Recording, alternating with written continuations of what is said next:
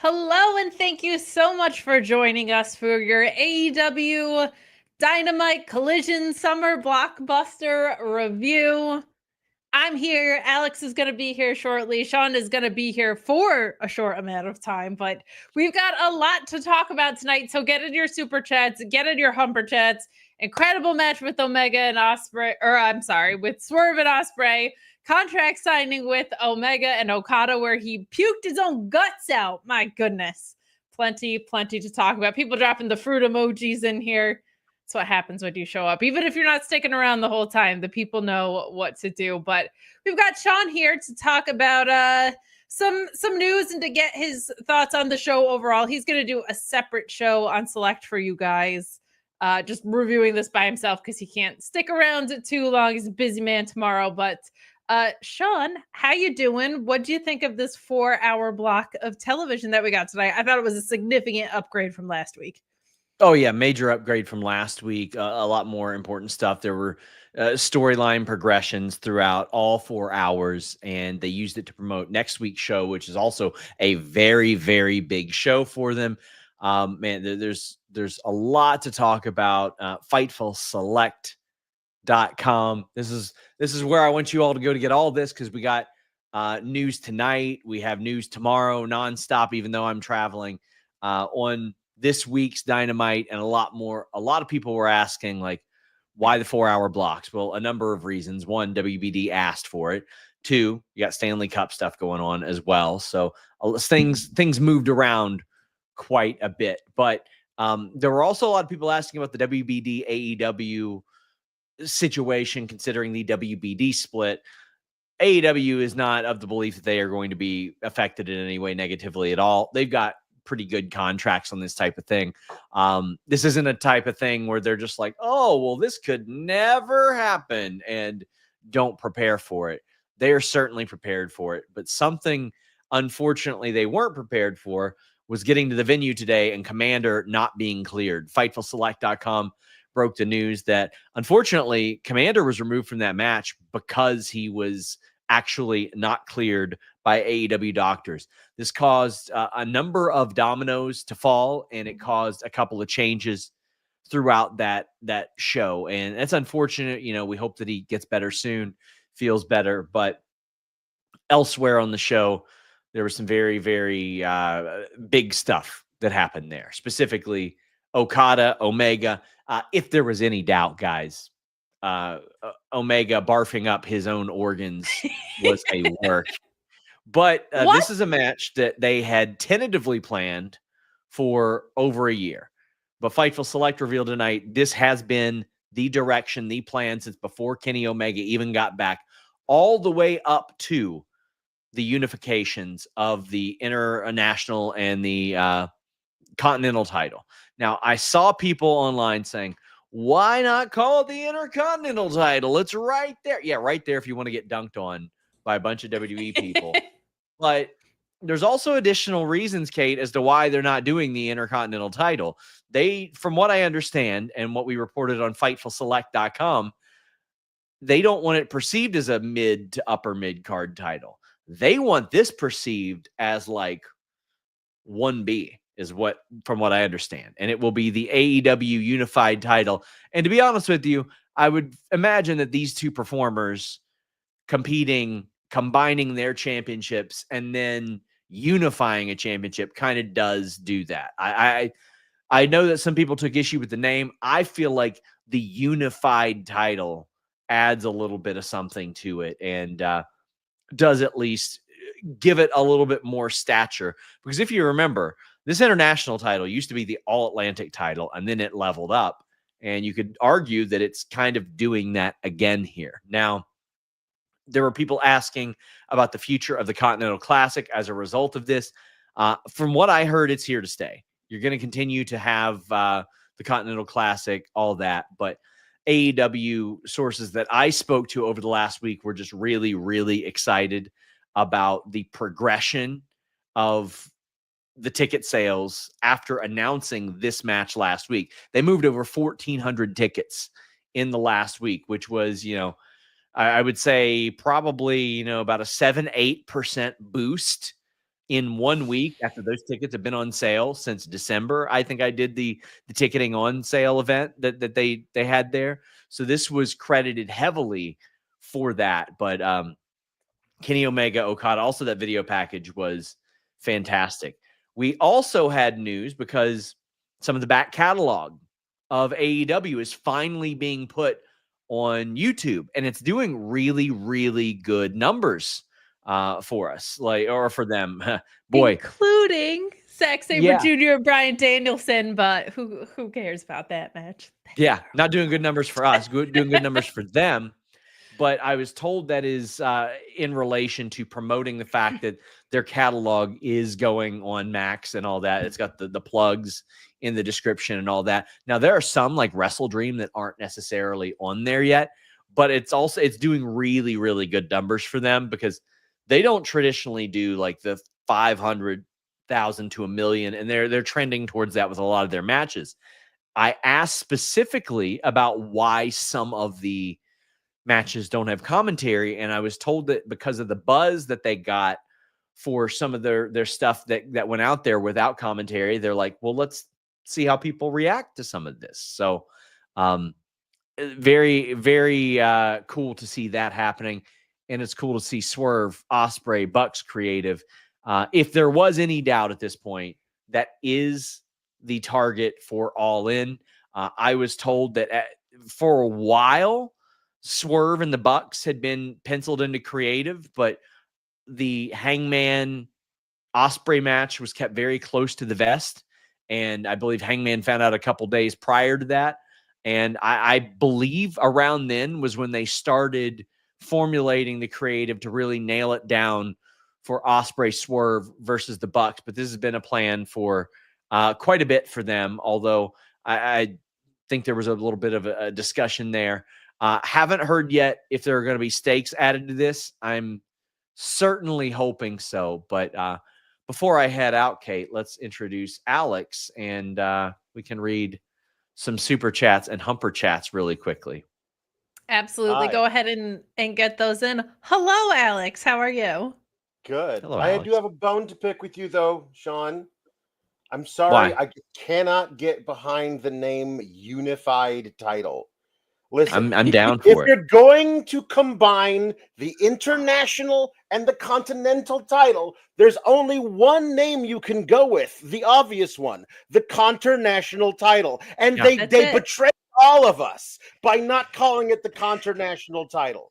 And I'll never It's get true. over it, frankly. So I'm gonna I mean, wax Texas poetic about Texas Chainsaw Massacre Championship was right there. it. It really was. I think it being the unified belt, you should just be able to unify any belts into it. That should be the Or- thing with it. 24/7 or- title? Sure. mhm. The Sum of the Atlantic Championship. Some Like, of the just Atlantic part of the Championship could Atlantic. also work. Not all, That just could the part that the Titanic Oh, sank in. That's How it. about just change everything? A portion of the Pacific Championship. Perfect. Yeah. You see, you don't see a lot of Pacific championships, do you? You don't. You I should. feel like there used to be one. Just like the General Oceans Championship. I Yeah. think is a great way to go. Mhm. Great way. If you want to unify, right? Just Mhm. oceans. Covering up Alex's face immediately when he gets on here with this super chat from Zen, who said, I saw your report the C2 was staying. I say have the Owen be in a C2/G1 format. Have the black and pink leagues. That's a really fun idea. Semis, cool. finals at Double or Nothing. The winner goes on to main events, all in for the world title. I personally, because I feel like the C2 has gotten the met of a creative slump now 2 years in a row, it's felt like. I like having one tournament per, like, every 6 months. Like, that cadence kind of actually feels kind of good to me, but I definitely don't hate that idea. I love the idea of having, like, the pink and black leagues. That's a nice nod for sure. You could even do like the men's of the Owen as it is the black tournament, and then the pink tournament being the women's tournament as well. Like there are ways you can really tie that in. But I would really, I mean, I'm glad that the C2 is continuing. What it necessarily means, and someone says, does this mean the C2 is going to be all big main event players if it's a 1B title? Well, I mean, they always get some pretty big names in there, but I mean, like the G1 isn't always all main eventers champion or all main eventers tournament. So no, I don't think it's going to be all main event players or anything like that. I just know that they want this title viewed on a certain level, and that's important to them. Sure. Anthony Velasquez saying, don't know much about Thekla, so not sure how good of a wrestler she is, but her in-ring moveset definitely fits with her character, leaning into the spider gimmick. We saw a great match with her and Queen Aminata tonight. That was really nice to see them get the right time. Your thoughts on Tekla's transition to AEW so far? This felt like much more of a statement than last week. So Tekla's in-ring work in Japan has not been anything to write home about this year, and really last year as well. Like, it's not been great, but I think that she's going to translate to the United States and especially US TV exceptionally well. I think she's a US TV star. Like, I think that's she can be presented that way, looks that way, and can work that way as well. Bill saying, Sean, we noticed some stiff hitting with Aminata and followed by her no-selling the finish and walking off. Any issues to be aware of? I'm working on it. Don't have information on that yet, but I am working on it. Listen, Queen Aminata is a legitimately tough woman, but she did seem pissed off. She did. She definitely did. Kylie hopes we're all doing well, but we hope that you're doing well too. Getting your super chats and humper chats for Sean. We're going to let him head on out of here momentarily. He's got an early one tonight, but C. Delgado asking, do you know anything about Daniel Garcia's OnlyFans? Quite a promo from Stokely. Well, what I can tell you is it will likely cost significantly more than FightfulSelect.com, where you can go to get at least 3 news updates tomorrow. I am going to try to do an AEW Dynamite review, like a shorter one of my own on Fightful Select. I will also probably do that for Evolution next month, as we're obviously going to use a women-filled panel for that show. I don't think it'd be appropriate to run a big sausage fest for the Evolution post show on the main feed here. So I'll be doing a bonus show for YouTube or Fightful Select over there as well. But listen, I know a way you might be able to bump up that money and afford Daniel Garcia's OnlyFans. And it's our friends at MyBookie.ag. If you want to bet on wrestling or any other sport, check out our new partner where we get all of our odds. MyBookie.ag. You can also go to mybookie.website/join with Fightful. Use the promo code Fightful. Deposit $100, get a bonus $50. Or if you deposit $200, they will make it $100. Their odds were right on the money for Money in the Bank this past week. I thought Lyra was going to end up winning that. I thought Becky was going to just continue to put her over. It didn't happen. My bookie was like, nah, man. Nah, it's going to be Becky. They even stumped me. Your boy who has a 98% hit rate in the last year and a half.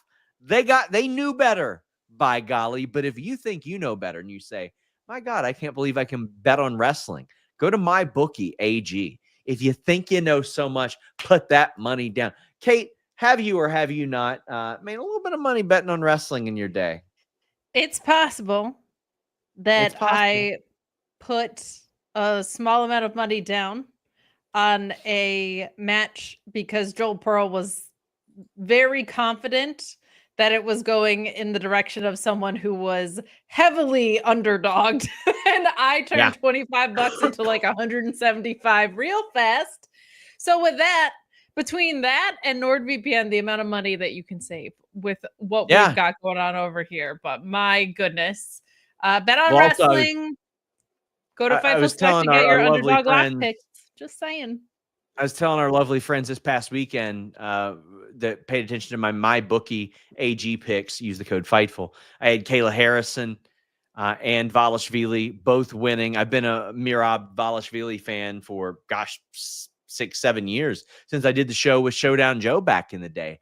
Go check it out. Of course, they will have odds up for AEW All In. I'm sure they will for Night of Champions very soon as well. MyBookie AG. go earn yourself a little bit. And I just earned my keep. So I got to hit the bricks, guys. All right. One more before you get out of here, though, because you're such a physical media guy. Enjoying being subscribed to Fightful. Thank you so much. We love hearing that. Suggesting a video on your DVD collection could be nostalgic and encourage wrestling education. I actually feel like that's a very fun idea. You got a lot of physical media. You want me to suggest one? Yeah, like wrestling. No, he's suggesting a review of all the DVDs he's got. Suggesting that you do like these are all my DVDs or stuff. Yeah, I will. So I actually started a series on that on Select, and I had so many that I kind of stopped. But I might pick that up. But listen, while I misinterpreted it, I'm going to answer it as I misinterpreted it as well. If you want me to suggest you something, I will recommend the work of someone who was in the news recently, and I mentioned this on my Q&A today. Jeremy Borash did a phenomenal companion piece documentary to the rise and fall of ECW about 20 years ago. It was called Forever Hardcore.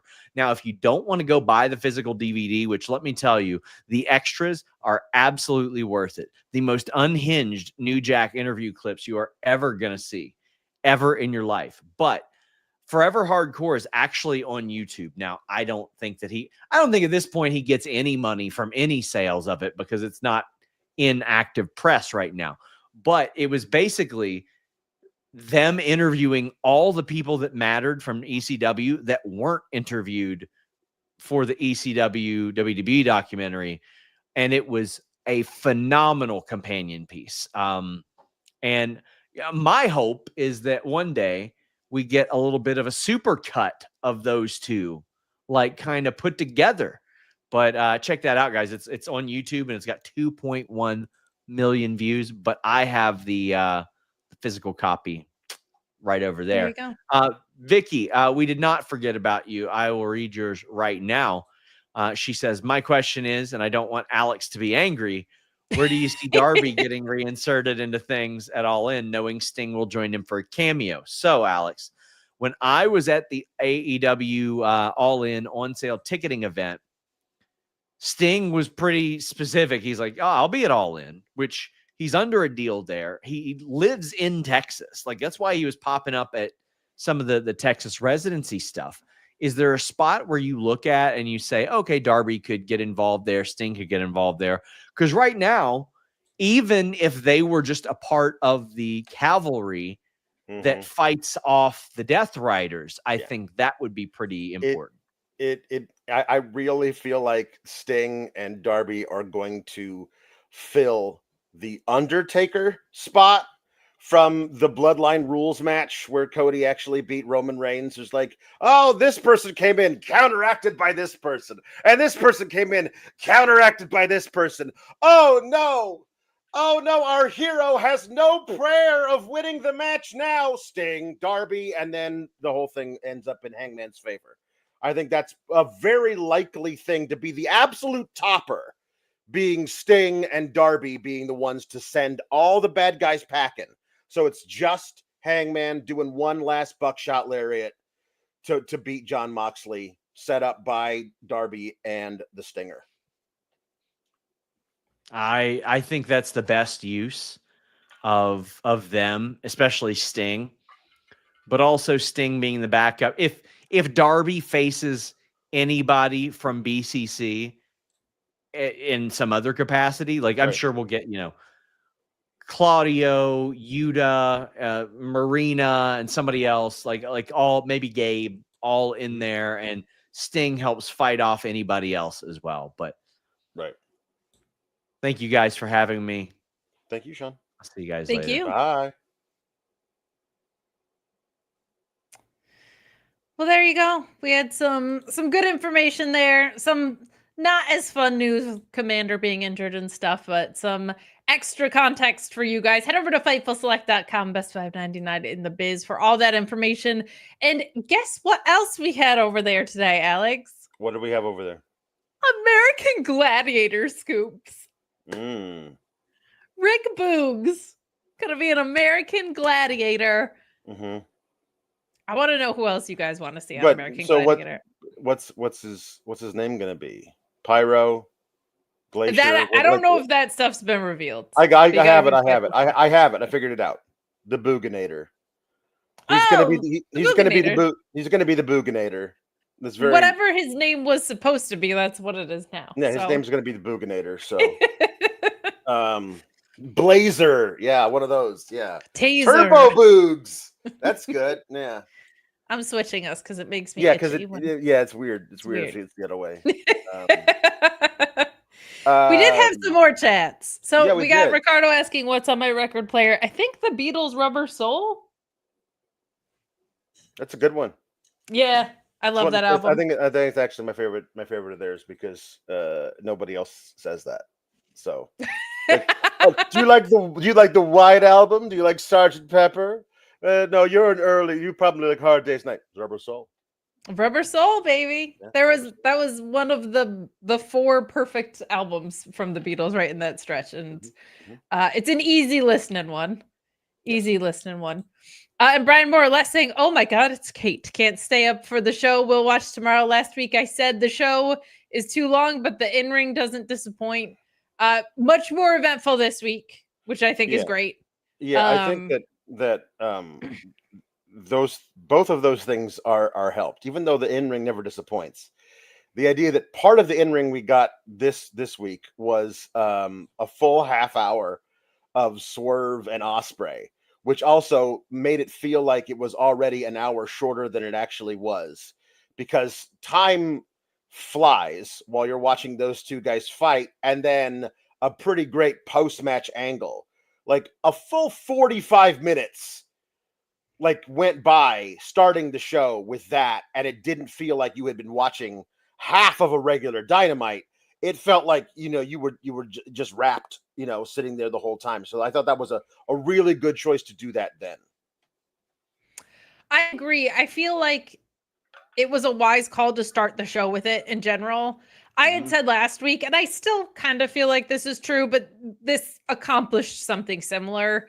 With shows like this, I think it's a good idea to have a format buster in that it shouldn't be 4 hours of wrestling to get through. Something with a stipulation, a casino gauntlet, something like that that's going to break up such a solid chunk of programming would be very, very helpful. This wasn't quite that, but it accomplished something very, very angle that we got a lot out of this. I will throw it back to you to kind of kick off the show proper. Right. Ryan Ben asking, is this the Sickos Anonymous meeting? Hi, I'm Ben.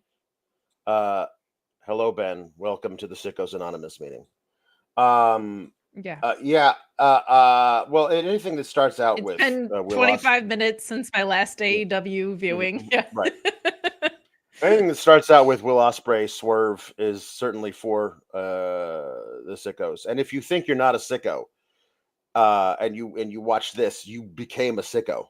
So it oozes into your pores while watching Ospreay and Swerve. These guys are 2 of the very best, and they killed it. I love that it started out with the handshake. And Swerve, literally, you could easily hear what you didn't have to be a very good lip reader to watch it. I love you, brother. And having Ospreay say it back. But we have to fight because you want me to help Hangman, a man who burned down my house. So this is great. It's professional wrestling drama at its corniest and best. You're like, I love you. You are my brother, but I must punch you in the face extra hard because you want me to be friends with a different dude who I don't like. I mean, that's pro wrestling at its absolute most absurd and finest. And yeah, the match, of course, to say it didn't disappoint is probably the undersell of the year. It was fantastic. Yeah. I mean, absolutely. There were callbacks to things within the match, callbacks to their stuff from their first match back at Forbidden Door last year. But the joke in the SGS Discord was have him do the full Broadway, full 60 minutes. No, the full 4 hours. That's a full Broadway. I don't know why is anything else on the card? Just start it now and keep it going. And I was like, okay, they announced it was a 30-minute time limit. So you can't, it's a 30-minute time limit, but why don't have them do the 5 more minutes gimmick like 6 or 8 times in a row? So it like adds another 30 minutes on it, because every time it goes for 5 minutes, we'll just add more 5 minutes on. That's like you're snoozing your alarm clock in the morning. Just snooze the end of the Swerve and Ospreay match. And then 2 minutes into the match, Ospreay apparently busted his nose. And I was like, that's gotta be rough. Like, what a rough, poor Will Ospreay having to wrestle Swerve with a busted nose for an hour and 20 minutes. I mean, that's just so difficult. You got to think. But they played it up on commentary. Like, it's so much because you can't breathe through your nose right when it's all busted up. So a guy who is in fantastic physical shape and cardiovascular shape, the guy who has that kind of stamina, the way that you keep that going is, but you are breathing through the nose most of the time, because that helps with the way that you're processing everything. To have to shut that off, and all of a sudden now you're taking in these big deep breaths with like that, all of a sudden changes the way his muscle memory works. So it's like, I want to breathe through my nose, but I can't. So I got to breathe through my mouth, and that changes stuff. And all that stuff is great. And I love Swerve kept working the nose during the match. He was doing a rest hold, and he was like, oh no, screw this. Like, that was excellent. There were such fantastic counters to counters to counters. But near the end, it became obvious Swerve was going to beat Ospreay again. He had beaten him in submission. That nose was doing him no favors. And Swerve lost track of the time because he wasn't trying to put him away. He was trying to beat him down. And he was going to do a Swerve stop on the apron, and then ding. And that's the time limit. But then Swerve gets a microphone and says, I know that you'd think you could still beat me, so let's do it. 5 more minutes. I don't know what Ospreay would have said, but he was basically unconscious, so probably wouldn't have said anything. Yeah, but it's Will Ospreay, so he would have like he would have some last gasp at him. That was he would have choked out a bruv somewhere in there. But before we get to the post match, your thoughts on this fantastic time limit draw between Swerve and Will Ospreay? Brilliant opener. We did have someone in the chat saying, Dave Koss said, not to be a downer, but one thing I can't stand is TK's reliance on draws. Amazing in-ring story tonight without a finish. Sigh. Will catching Swerve, sleeping with a win gets you the same story end. So I would argue it doesn't. It needs to be Swerve winning if you're going to get to Will Ospreay jumping in to save Swerve. Unless Swerve turns heel on Ospreay and starts beating him down after the end of it. I think I agree. In the grand scheme of things, there are too many draws, perhaps. This is one where I think you need it. For the story that happens afterwards, you need it to be Swerve had him, but Will Ospreay is basically done.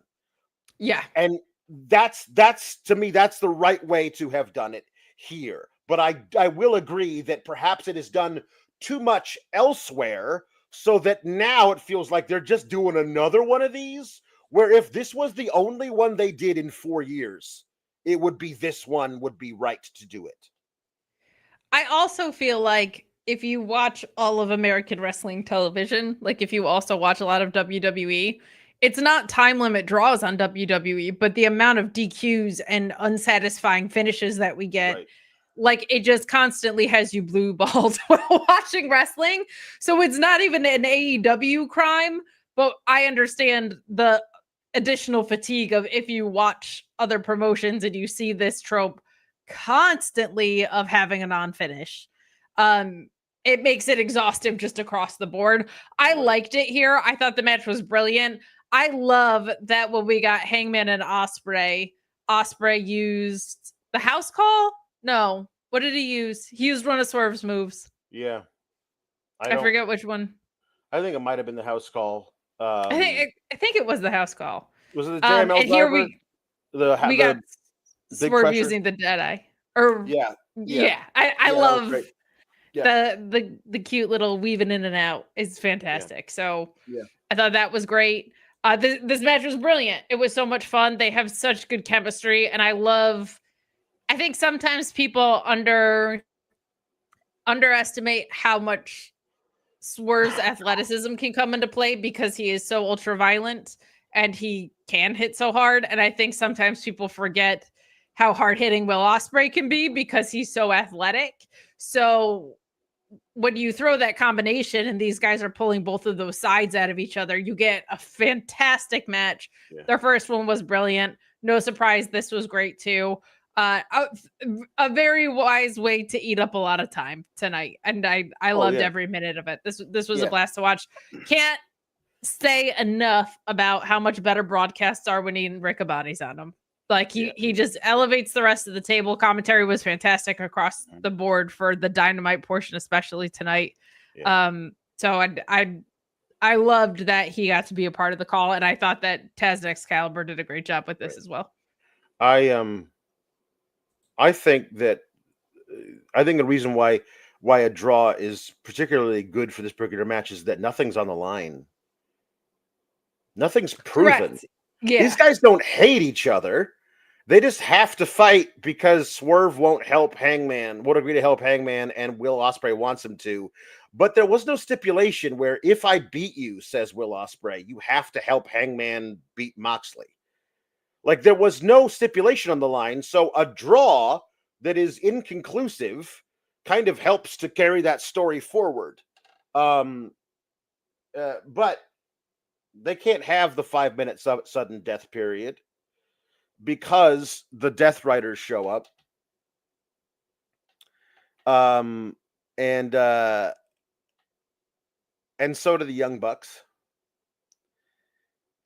And so, is it just the Young Bucks here? Kate's frozen. I could tell she's frozen. She's going to be no help right here. But them attacking, I'm going to get rid of this particular thing. Hold on here. Let me get over to this.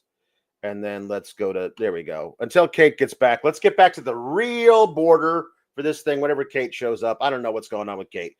Kate loses. But anyway, the Young Bucks taking out Swerve, hitting him with a BTE trigger, EVP trigger, whatever it is that they call that now.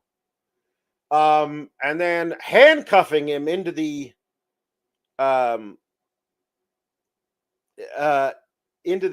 corner. And then bringing out a big duffel bag. And inside the duffel bag are the Swerve shoes with the tacks in them that Swerve used on the Bucks, or one of the two Bucks, I think, during the Anarchy in the Arena match. And they each put one on, and they're gonna kick him in the face, and he tries in vain to like stand up to meet the tack laden shoes in his face. But Will Ospreay, who swore he was going to take a bullet for Swerve, ended up doing just that. He jumps into the ring and takes two tack-filled shoes to the face, to the mush, and immediately has to sell both the broken nose and also what appeared to be, I think they were trying to sell that like he got a thumbtack embedded directly into his pupil, because he was definitely holding the eyes and screaming, and the Young Bucks felt like, we're like, oh, dang it.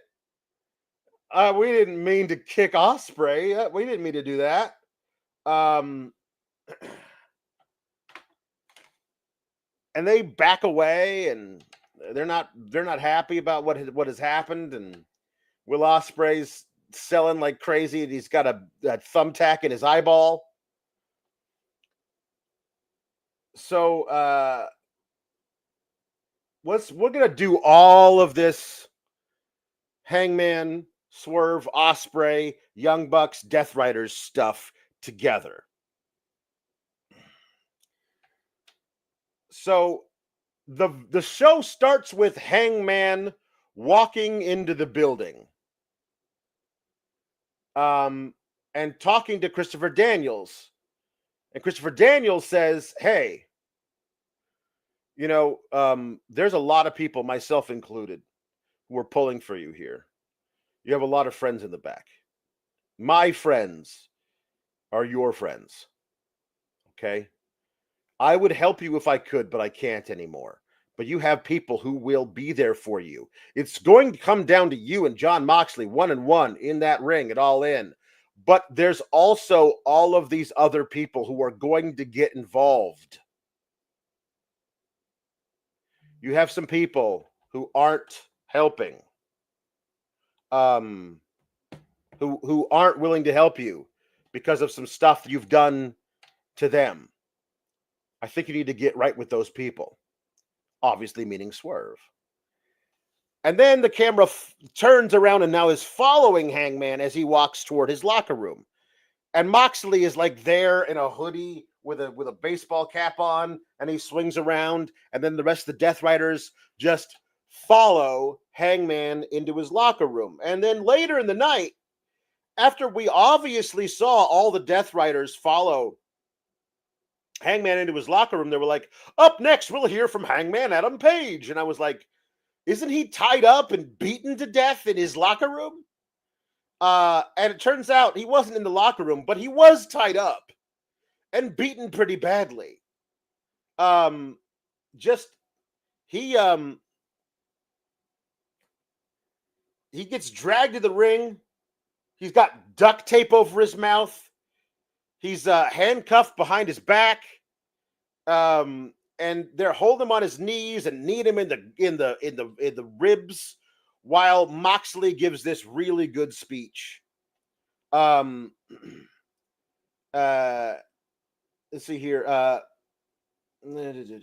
Somebody sent in something about a really good speech by Moxley tonight. It was a very good speech. So Kate is, I hope, coming back in. She's trying to. Kate is here. We're here. We're back. We're back, baby. Back? Yeah, you're back. I hope we are so back. I hope we are so back, Kate. Fingers crossed. Yeah, so we talked about how Will Ospreay took a bullet for Swerve. The bullet was just shaped like a couple of shoes with thumbtacks in them. And he seemed to be selling it as though he had gotten a thumbtack or two in the eyeball, which I thought was a really good, definitive sell. I thought it was super clever. Yeah, and Hangman, of course, got followed into his locker room after getting a pep talk from Christopher Daniels, and then they dragged him out of the locker room.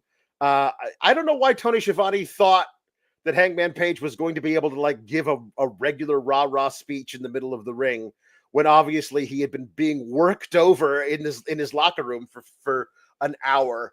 But they do drag him out to the ring, and Moxley gives a speech about how, "I can't figure you out, millennial cowboy. I don't get you. You don't make any sense to me. You're a complicated dude. I don't like that." Utter woke millennial cowboys. But he says, "Then I'm going to take you out." And then Hangman, ever defiant, like stands up and headbutts him in the face. And then all the rest of the Death Riders beat him down, and they're going to do the big running stomp with his head inside a steel chair. But here come the ops. Samoa Joe, Will Hobbs, Shibata come on, run off the bad guys. And then Hangman gets to scream about how he's going to beat Jon Moxley. It's a very fiery promo. It's very good. I actually really liked all of this. I thought this was quite good. Yeah. I would like it if the trios titles ever got defended by any of the trios that held them.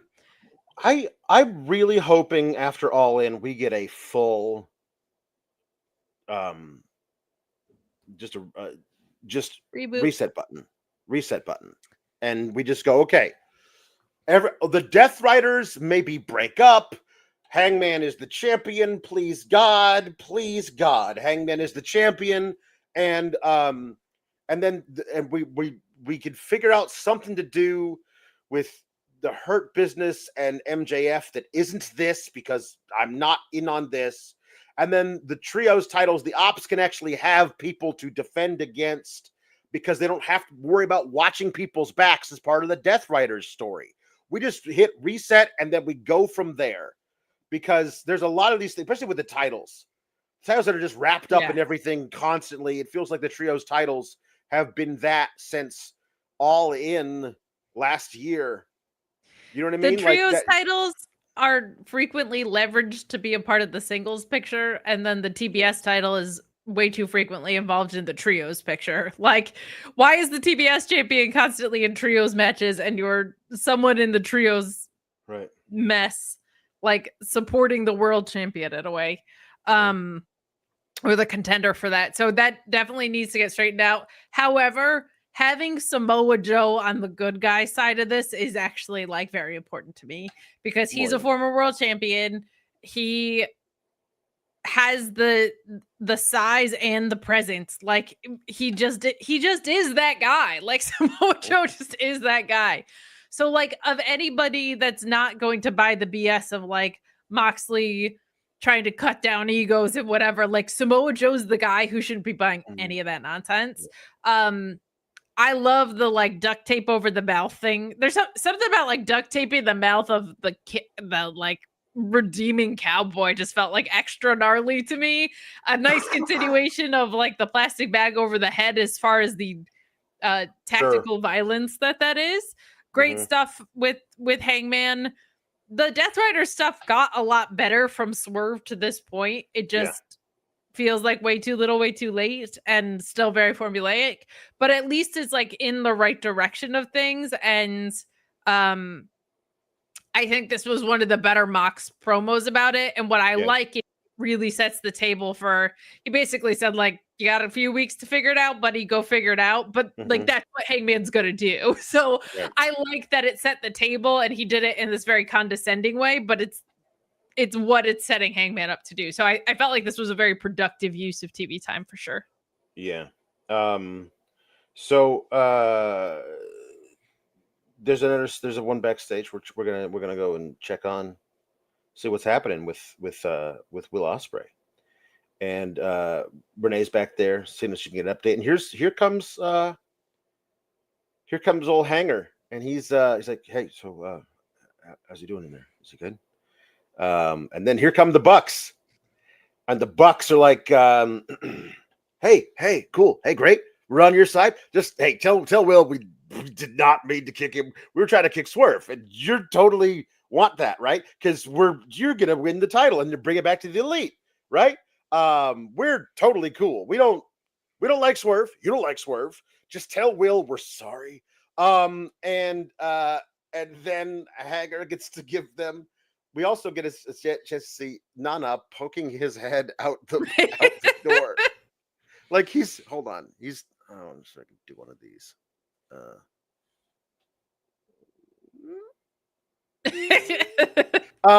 And so we know that Nana is listening as Hangman tells the Bucks all of this. Stay out of my business. Stay out of Will Ospreay's business. There was no plan. I never asked you to do any of this. Not a dynasty. None of this. Not tonight. Never. I'm done with you guys. I've told you this before. Okay? Stay out of my business. Stay out of Will Ospreay's business. And stay out of Swerve's business. And if you don't, then the next house I burn down will be after I trap the two of you inside it. I just thought he was going to say the next house I burn down will be yours. But no, he was like, I'm straight up going to commit arson murder. I'm committing, I've gone from arson to arson murder on purpose. Not, I lit a house on fire. I thought nobody was inside. It turns out there was a little old lady. She couldn't get to the door. Smoke inhalation. That's manslaughter. No, I put you two dudes in a house and trapped you in it and then lit it on fire on purpose. He's the good guy. And so after the like Hangman leaves, the Bucks are like, well, I guess he made his bed, huh? Yeah, all right. They leave. And then the camera follows Nana back into the thing. And we see Will Ospreay there. Just please, can you try and save at least one of my eyes? Please. I need to be able to see things, bruv. And then hey boss, did you hear that? Here comes Swerve from around the corner. Every damn word. Chills. This My is so heart. stupid and I love it. I love that in Hangman's head, he's like, it wasn't that I burned someone's house down. It was the person whose house I burned down. Right. I can murder people if the right targets are the ones that are involved. Yeah. Amazing stuff. The sitcom moment with Nana and Swerve of having overheard the whole thing, I thought was fantastic. And I like that it felt so muddy when the Bucks came back to be a part of this angle. And I feel like it's really, really clarified itself. And I love that they've found a way to mesh their EVP character selves with this like passive aggressive, like, you're going to bring it back to the elite, right? Everything's cool. Everybody hates Swerve, right? Please. So, oh my God, tell Ospreay we're so sorry. Like it's really, really good. And I like that with the comedic levity to all of the things that our founding fathers are bringing to us. There's a lot of substance here, and it feels like the strings that were being pulled this time, like they've kind of retconned it into something that is a very clear path now, and I feel like they've done a good job. There was a lot that happened in this segment, and it wasn't exhaustive or long. It just was productive, and I love productive TV time. So great stuff there. Yeah. Dave Cost talking about the draws, and my idea that draws as the whole, probably too many, but this is a good one. He says, I feel you, Alex, just adamant on Will winning tonight, so to tie them at 1-1 for future story and move on to the tag versus the Bucks, which is the direction anyways. Great match. They just did a whole recap on the Kenny Omega and Kazuchika Okada, which the second of those 4 matches was a draw, if I am not correct. mistaken. Yeah. So it can be done. The second one. I thought it was. I thought that was the way they ordered it. I had forgotten.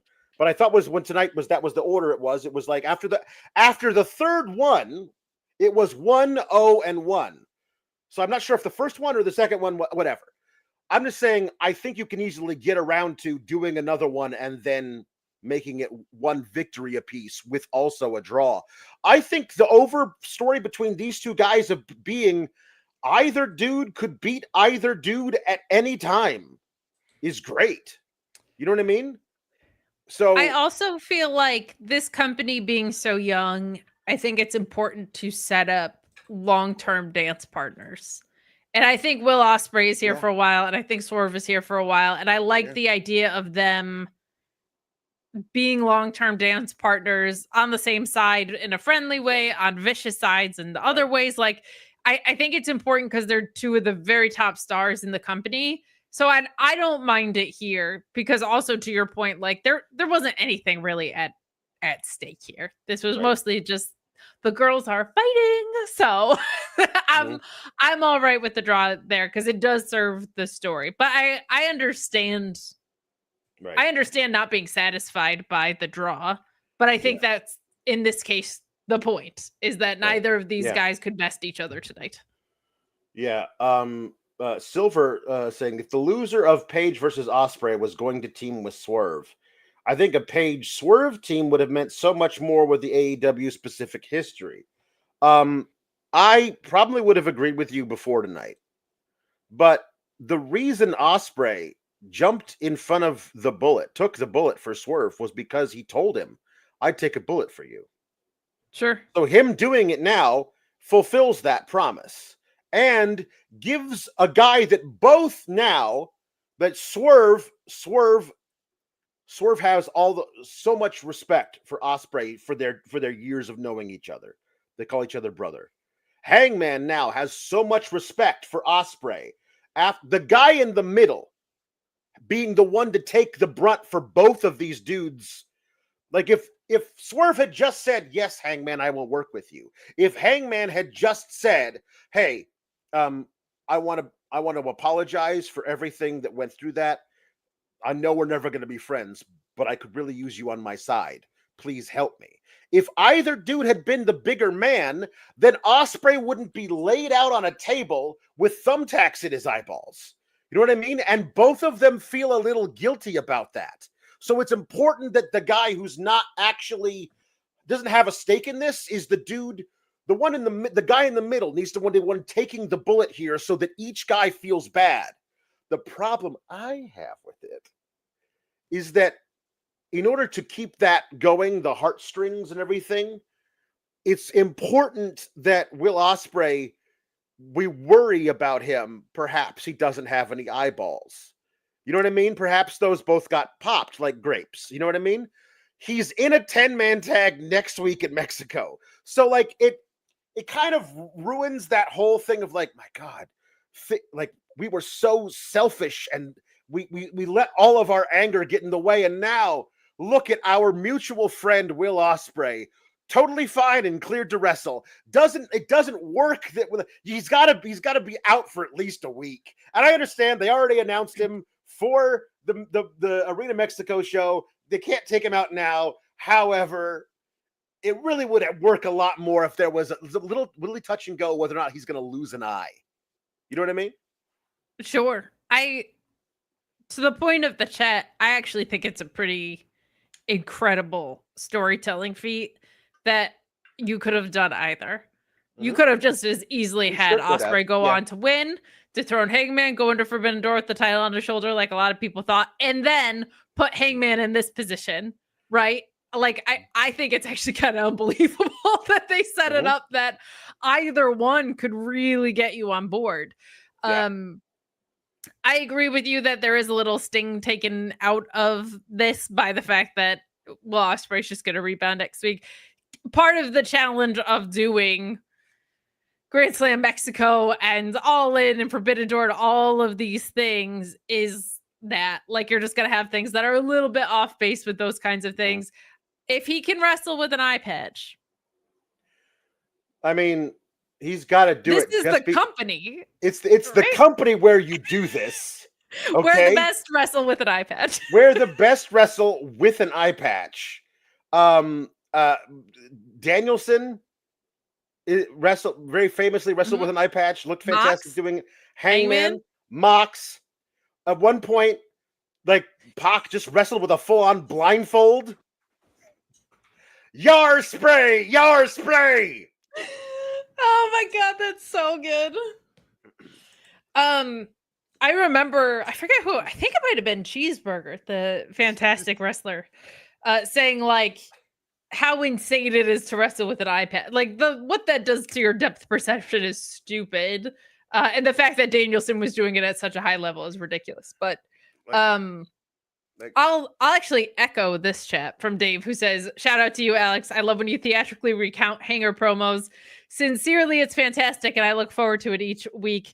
He's great, and you catch all the new ones. I, as a co-host, love that because it enriches the reviewing experience for me in real time. It's pretty cool, and it sticks in my mind. So when things happen, like Hangman has this violent death match in a cage with Swerve, and he doesn't feel satisfied, and everybody else is talking about that match, and you're talking about that reaction, and it comes back to play 8 months later or whatever. Yeah. Like I love that about you too. So Alex famously loves getting compliments. So this is just really fun for me because he accepts them with such ease and grace. Yeah.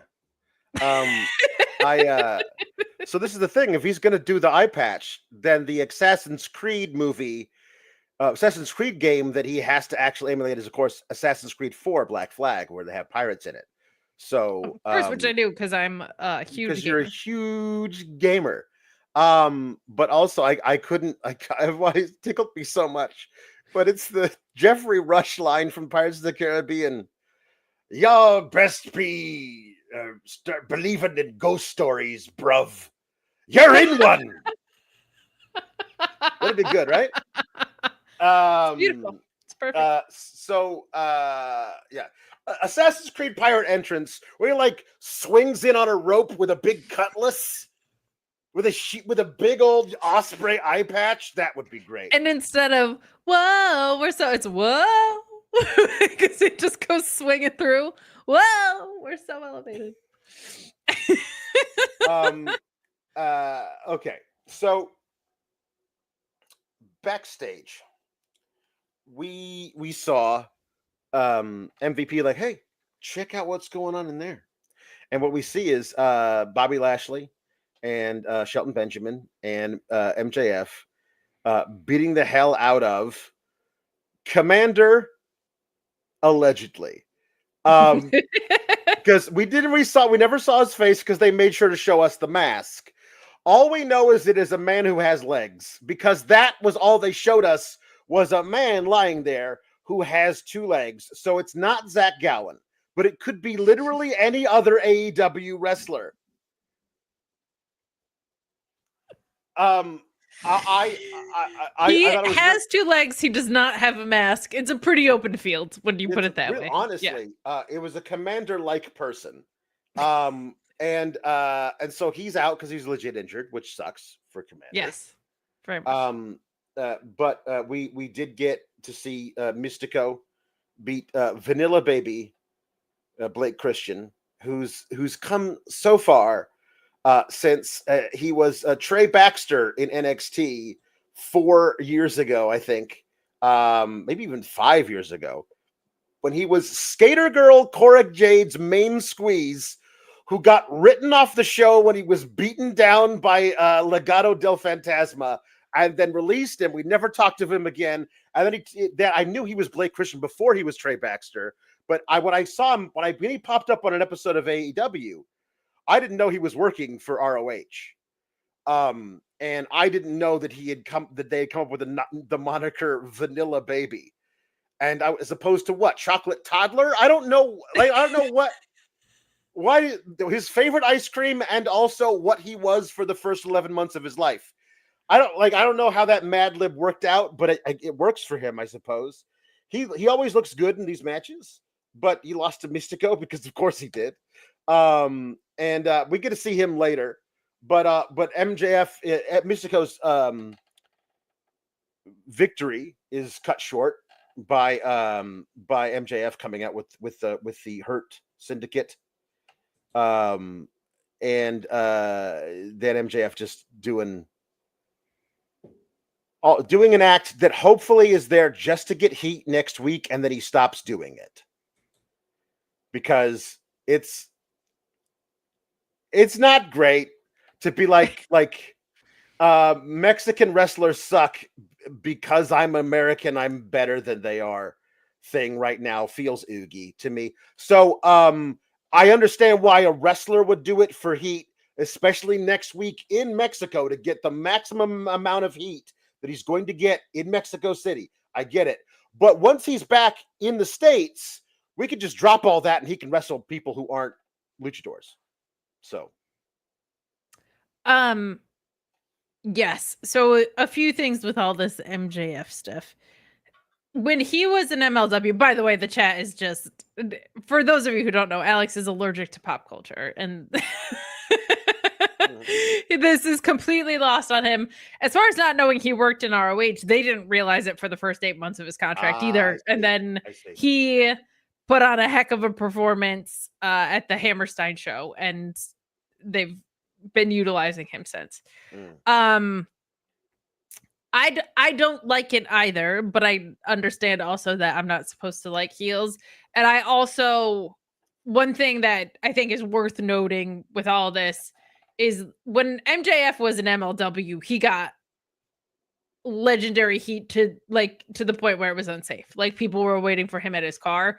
So I didn't love it, but I also am kind of like, I don't think that heat was for us. I think that was for where he's going to be next week.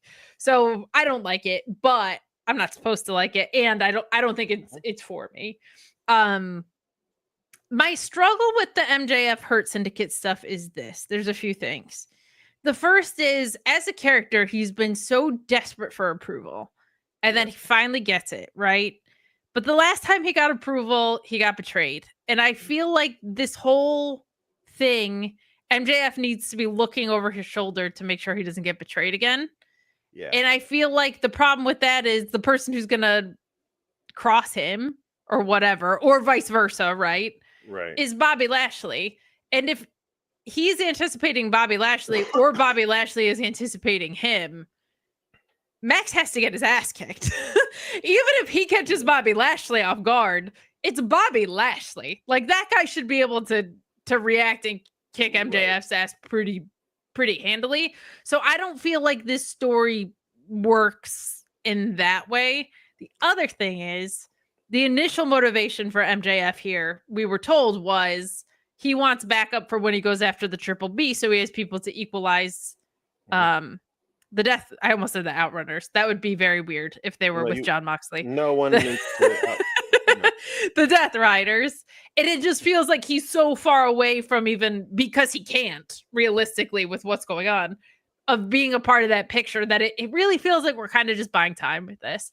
Yeah. So I was very interested in this in the beginning. It stalled a little bit. I don't think it's like not salvageable by any means, but I just feel like we're in this very weird gray area with it. I think MVP is doing some really incredible work on the stick with this, though. He's I just feel like if somebody, anybody, but in particular MJF, tells you to your face that he is using you, you agreeing to allow him to use you makes you an idiot. I don't want Shelton Benjamin and Bobby Lashley to be idiots. No. Like, I want them to be smarter than this. That's why I was hoping they were stringing him along the whole time to humiliate him, because he's a little prick. And then he takes that slight and goes overboard with revenge about it. That makes sense for both characters to me. You know what I mean? Like, he basically said, I only want to join the Hurt Syndicate so you guys will be my in-house unpaid security to beat up guys I'm going to face when I'm trying to go for the world title. And then Bobby Lashley and Shelton Benjamin almost immediately said, yeah, sure. And Bobby Lashley needed a few more weeks of convincing. But like, I don't, when it's like, hey, he goes in there, he talks some smack to Místico about their match in Mexico, does a lot of there's all the American streamers and the big American flag, and he calls him, he's the Sin Cara that botched a lot or whatever. Like, this thing that he says to this guy, and then Místico throws the first punch. And then it's up to his in-house unpaid security team to beat the hell out of Místico, and that's not what Bobby Lashley signed here for. I can't imagine that it is. You know what I mean? It feels off. It feels like it's not that there's certainly a whole bunch of other guys on the roster who would fit that mold for him, who I thought he was gonna go out and recruit once the Hurt Syndicate got rid of him. Now, I have to believe, hopefully sooner rather than later, that's the plan. But in the meantime, I'm not going to lie, MJF wrestling in MVP's gear. Unbelievable. Was the funniest thing. Call. Him wrestling in MVP's gear was the funniest part about all of this. It was awesome. It was such an awesome choice to do that. I was talking about it with Sean before we went on air, and he was like, he should also wear the headband eventually. And I was like, yes, he should. That is the headband and the little the Breathe Right strip. Yes. The Breathe Right strip. He's got to wear and the wide receiver gloves. Maxwell Jacob Friedman in the headband and the Breathe Right strip and the wide receiver gloves, and if he gets written permission from Bobby Lashley, Shelton Benjamin, and MVP, cornrows. That's it. That's the greatest thing that he's ever pulled off. If he can get it, he's got to get written permission from those three guys specifically. But him in the oh my God, Maxwell Jontavius Portman is pretty great. MJP. Yeah, I hope they find their way with it because I was very intrigued in the beginning, and now it feels like it's lost its way a little bit. I will say, week over week, I feel like MVP does some good work to keep me on the hook. Like whether it's on commentary, whether it's an in-ring promo, he does some really, really good work with being the mouthpiece that creates clarity in some of the muddiness. But you're right in that Bobby Lashley and Shelton Benjamin are nobody's lackey, and it feels like they are kind of MJFs right now, but you're also just waiting for the other shoe to drop. Like I don't know, but I'm not like doomsday about it. I feel like they could course correct pretty easily. I want to believe that at the latest, this is ending it all out. At the latest. Yeah, because if, please God, please God, if Hangman Page does indeed beat Jon Moxley at All In, MJF has already said I'm coming after that Triple B, and also he's been doing stuff with Hangman Page ever since Hangman Page beat him. Yes, you know what I mean. So him coming after Hangman, him being the first challenger to Hangman Page, makes a whole lot of sense. And if he gets a little too bossy with Bobby Lashley and Shelton Benjamin about why weren't you there to like take him out when I told you to, and then I don't know, gets fresh and slaps one of them, then they kick him out immediately. Then they hurt him to MJF. Then they hurt him. I feel like you can do that. My whole thing is none of that has shit to do with the tag titles.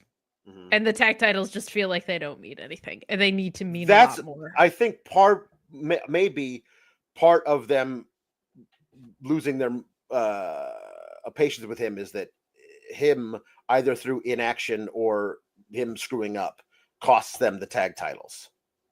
Okay, yeah, all right, yeah. You know what I mean? So that they don't have them when they've decided to kick him out. Hopefully. I like that idea. Luis saying, I feel like this whole MJF Captain America deal is not as problematic because he's basically going full cartoon character compared to whatever Grande Americano is, trying to fully parody an entire wrestling scene. Also, he is 1000% jobbing to Místico in Arena Mexico and thanking him for the house afterwards. LOL, says Luis. And yes, Jordan S., that's very true. When he does get the wide receiver gloves, they do need to be Burberry print. Burberry print headband, Burberry print nose breathe right strip, Burberry print receivers gloves, 100%. 100% of the way. Got to happen. Hey, it's really good to have Ty J back. I was so happy they didn't change their music because it reminds me of the good old days. Ty J, fight! It was that's just it's fun. It tickles me in all the right places. Now Penelope Ford now becoming her own like junior demigod works. I thought there was a weird pairing when it started. I knew it was like both of us don't like Thunder Rosa, so we're just gonna hang out together. And then she became like, I don't know. It's not like Megan Bayne is a vampire, but it felt like she became like her familiar. Like she's somebody who wanted to become a goddess, but wasn't allowed to yet until she like passed a few tests or something. Now she comes out. They've got matching gear, and I love her cool antler thing that she was wearing. It's so like, cool. Like she's almost like Persephone or something, like a junior goddess. I want to hang out with them. Like I want to get styled with them. I want to hang out with them. They're extremely cool. And I just feel like I deserve every now and then to feel like a goddess. Mm-hmm. And I go to the gym at least twice a week. Yes. So I deserve to feel like Well, get yourself some antlers and we'll talk. I know. I need to. Either big golden wings on a headband or some funny antlers. And then, that's your first step. The choices. They're very fun. It's a very, very cool team. I also really enjoyed how they pointed out that this was really important to Penelope, and in particular, because of her history with Ty J, because of those brutal matches that she and the Bunny, right, had against them. That was, I believe, that match, was it not, that led to the gory self-mutilation I think it controversy. was. I think I think you're it was right. that in that exact match. But I think it was good that they gave Ty Conti the Ty Melo, excuse me. I always go back to her original NXT Me too. moniker. Ty Melo gave her the victory, pinning Penelope while Megan would have gotten to her, but she couldn't extricate herself from the Queen Slayer. She wasn't being choked out. She just couldn't get to her because she was in the ropes and Anna Jay was on the apron behind her. She could not drag Anna Jay fast enough to break up the pinfall. I thought that was well done. It was nice to see Ty J back together. I really like what they've now turned Megasis and Penelope into. You gave the men a new singles title. You called it the wrong thing, but I'm going to try and get over that. But now you need women's tag titles. They put 2 belts under a sheet and have Tony Schiavone pull the sheet off of them. Do that next week or the week after. Honestly, as soon as you can get around to it, we need women's tag titles in AEW. We definitely do. The roster is very deep, and Sean said a long time ago, and I love this idea. Like, make them world tag titles. Go to New Japan Strong and defend them. Like, do that 100%. With them. Yes, because I think that's the way to unlock doing it on American television. But this match was super fun. I love the energy that Tay brought to it. Like, she just seemed so fired up to be back in the ring, and I always love the nod to the Brazilian face paint and stuff. Always looks so cool. I love when she goes out there kind of looking like a fighter. I think a lot of people forget, like, because she got sucked into the Jericho vortex, how much she had improved, how over she was. She was doing some really, really great work. So very nice to have them back. And it's also fun to have her back with this version of Anna Jay, because I feel like Anna has grown leaps and bounds. She hits much harder. Her footwork is much better than it was. Like, I love seeing. Oh no, Kate. Did we lose you again? Please come back. I think we lost Kate. I also love seeing Ty Melo tweeting out how much she missed this. She feels alive. Such great stuff that she's so happy to be back. I'm so happy for her that she is back. She's going to knock off more and more ring rust. And if you told me that they added women's tag titles here in the next month or two, and the first tag champions for AEW are in fact Ty J, I would not be upset with that at all, because they're great. Kate's internet is undefeated. You can try and keep it down, but it will not lose the war. You might win the battle, but it will win the war. Kate's internet. I'm not doing a 4-hour post show by myself. So if she can't come back, we gotta speed this up. We got the Kenny Omega and Kazuchika Okada contract signing. Now, what I did like was they were interviewing Kazuchika Okada, who got walked up on by Don Callis, who was not too pleased about the fact that neither Kyle Fletcher or Takeshita were getting a title shot. Why are we not getting a title shot against you or a title shot against Kenny Omega? It should be one of my guys, says Don Callis. And I really enjoyed that they had all of Don Callis' family kind of surround Kazuchika Okada. Kate's back, by the way, for people listening. I was going to introduce her again, but keep getting dropped like Kenny Omega did, man. So come on now. Kazuchika Okada looks around at all of them and just says, "Bitch," and leaves. And I was like, are they tweener facing Okada for the match? Because I don't hate that at this moment. Like, making him be being saying to Don Callis, the ultimate villain, "Bitch," and leaving. That was interesting. And then this amazing video package. My God, this video package. For for anybody, I'm sure there's lots and lots and lots of pundits, not just one famous one, who are upset that when the people in AEW don't know the history of this particular thing, and this video package basically silenced all those people. Where are the vignettes? That's all I need to say. This video They're right package, here. They're great. It was fantastic. A+. It was a fantastic video package. A+ video package. Amazing.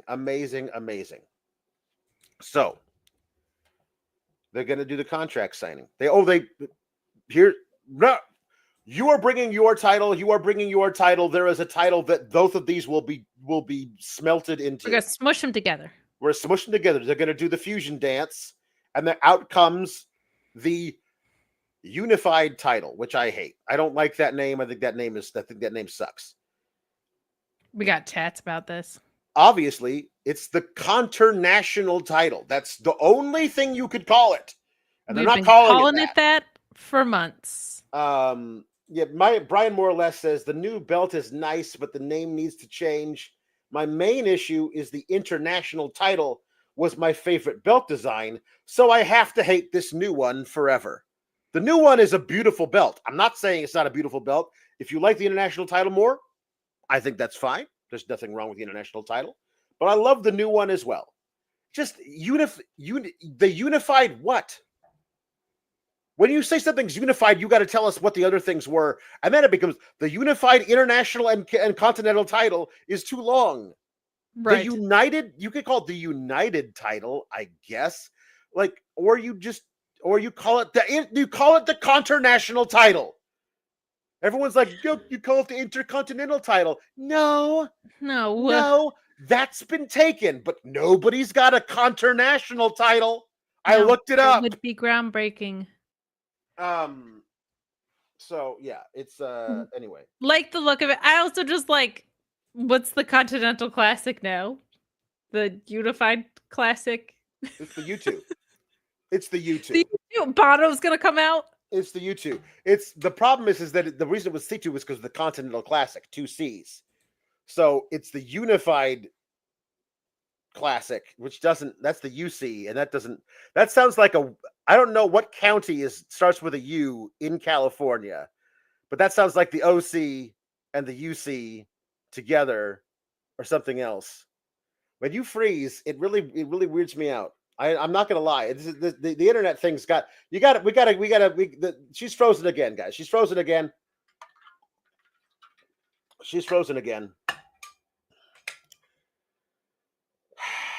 All right. So during the was supposed to be the contract signing, they are interrupted by Don Callis. And Kenny Omega's like, Don Callis yammering about how it should be Takeshita or Kyle Fletcher who gets the title shot, and who gets a title shot, and then we get Kenny Omega being like, shut up, Don. I've heard everything.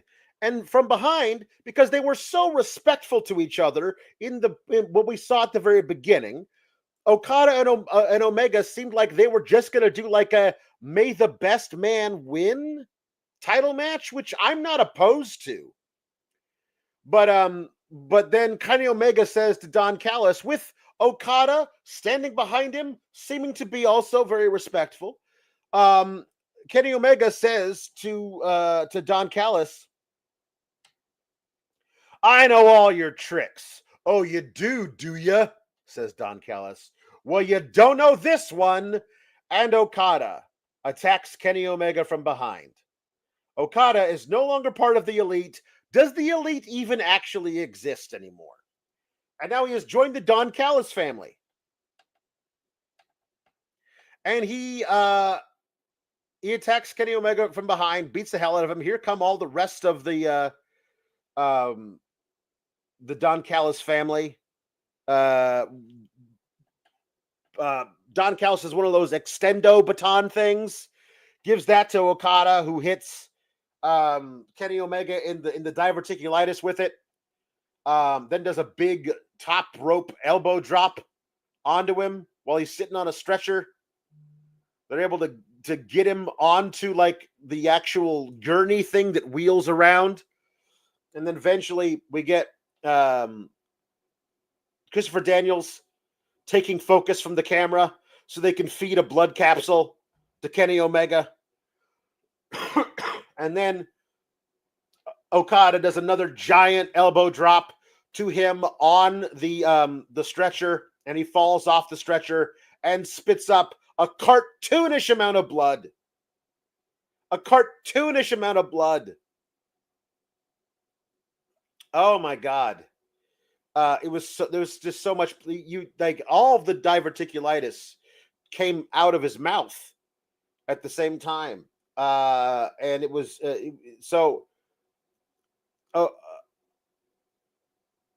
I was kind of hoping, but perhaps in a very naive way, kind of hoping we were going to get Okada versus Omega, may the best man win. But instead we have Omega versus Okada, his greatest rival, who is now being managed by the dude who super betrayed Kenny Omega. So, it is weird. Dave Koss says Omega Okada video A+. First half of the contract signing, great. Then Callis put his stink on this. I disagree. I love Don Callis. I think he's fantastic. The silly blood capsule. I mean, it was a very large blood capsule. I don't know if I would call it silly, but it may have been a bit too much blood. Maybe by 25% too much blood. I don't need this nonsense with these two. Just ring the bell. Help me out, guys. Well, I mean, if you ask me, what do I prefer? May the best man win or all of this? I choose may the best man win. But I do think that Don Callis has so much history with Kenny Omega. Him joining forces with Kenny Omega's greatest in-ring rival is... I understand the play there. I understand the play. Meet Normus says, I do like the new championship cummerbund, but the name sucks. It looks beautiful. I just don't like the name. I agree. But I one part about this, I did like the misdirect. The misdirect of Okada telling Don Callis to his face, bitch, and then the swerve of him actually having joined forces with Don Callis, and this was all a ruse. I thought that was well done, well laid out. So Kyle Fletcher may not be facing Kenny Omega at All In or Kazuchika Okada, but tonight he was facing Anthony Bowens, the 5-tool player. Kate, I said this in the Discord. What? Well, while I'm here, what do you want to talk about? If Billy Gunn announced tomorrow that he was retiring from public life and moving to the Maldives to take up spearfishing, what would be lost? You know what I mean? Like, I'm sure. Well, obviously, the lives of the fish that he was spearing. And then Alpha Bill in the Discord said, "Well, the fishing industry in the Maldives." Yeah, and I was like, "Yes, I honestly, that's true." But think of all the scissoring we wouldn't have to watch. He wanted to give Anthony Bowens a handshake on the ramp, but Anthony Bowens like, "No, we got to do this old gimmick." And like, I just want Anthony Bowens to be free from all of that, and especially free from Billy Gunn, and to soar with the Eagles by himself, and not soar with a very leathery old eagle. I want him to pick a thing.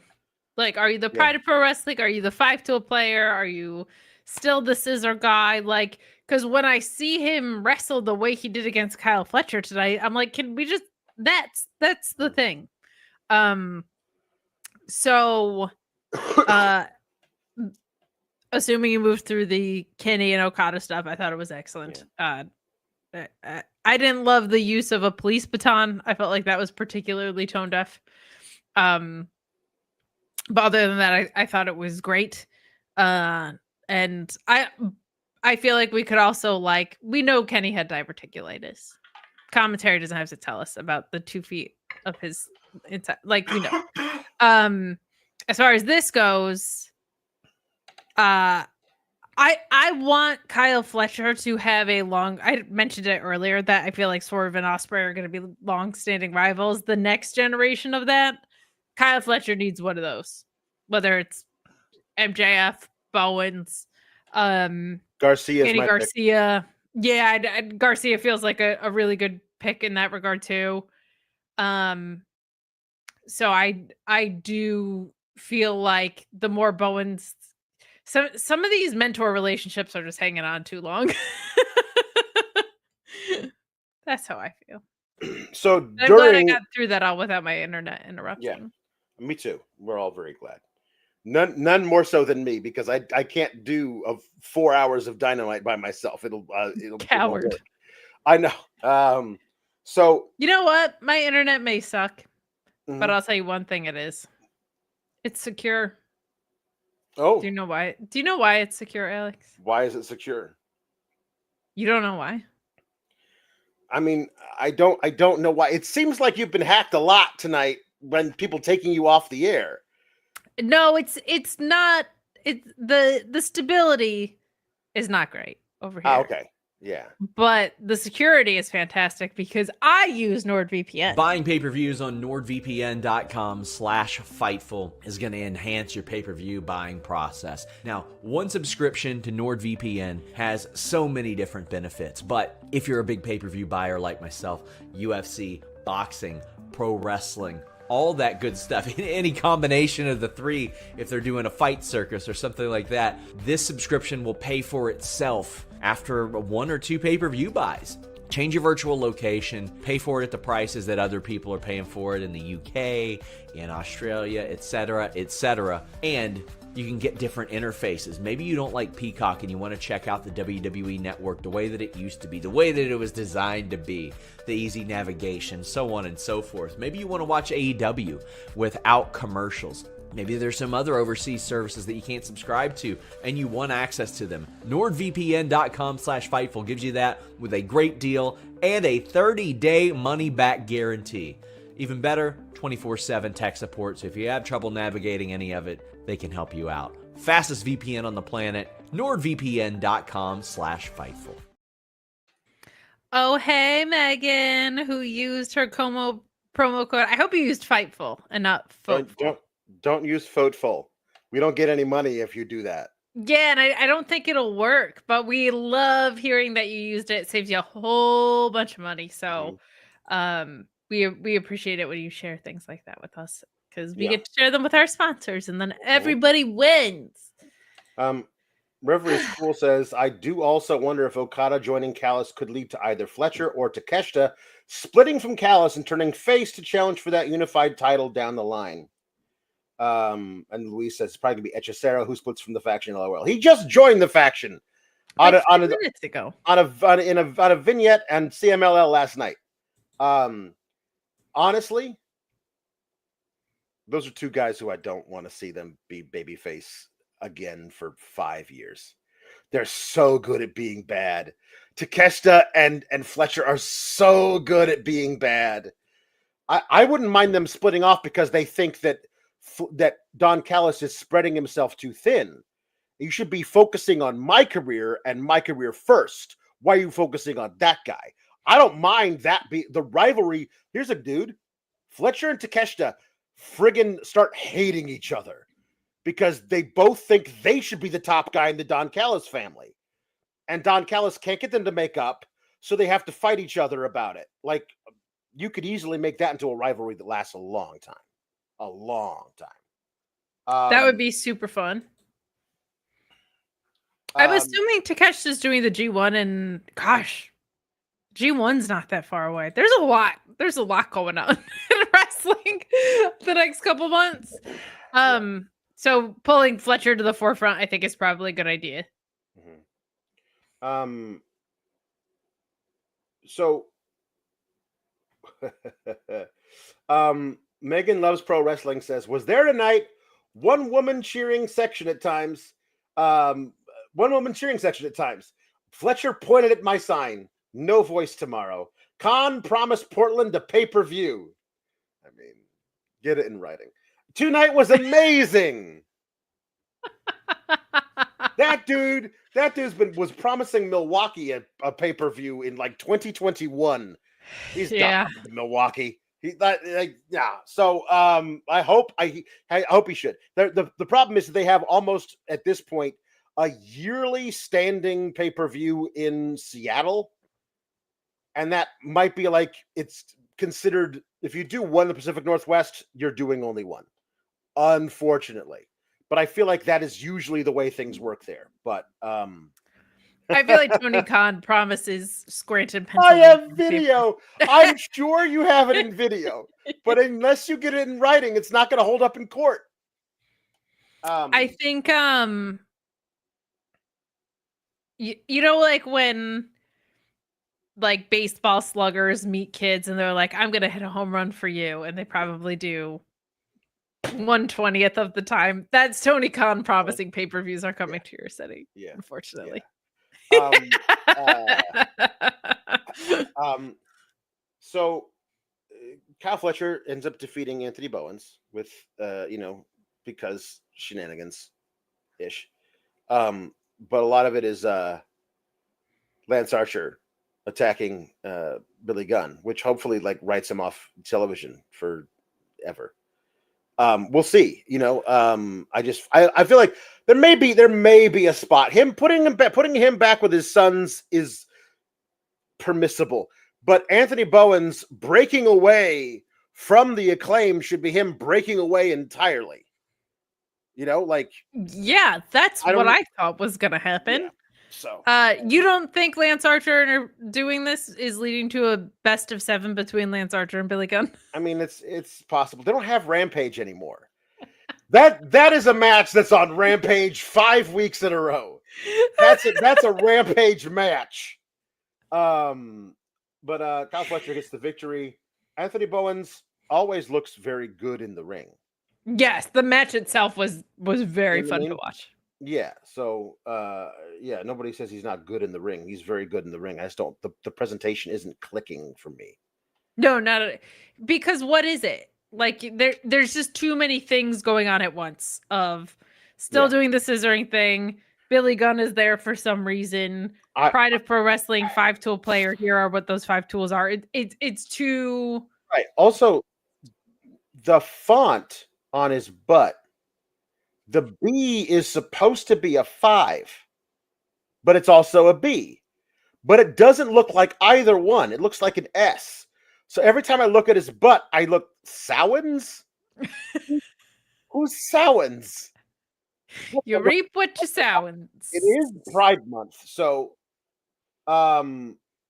listen. Tim McFall also helping us out here for Pride Month.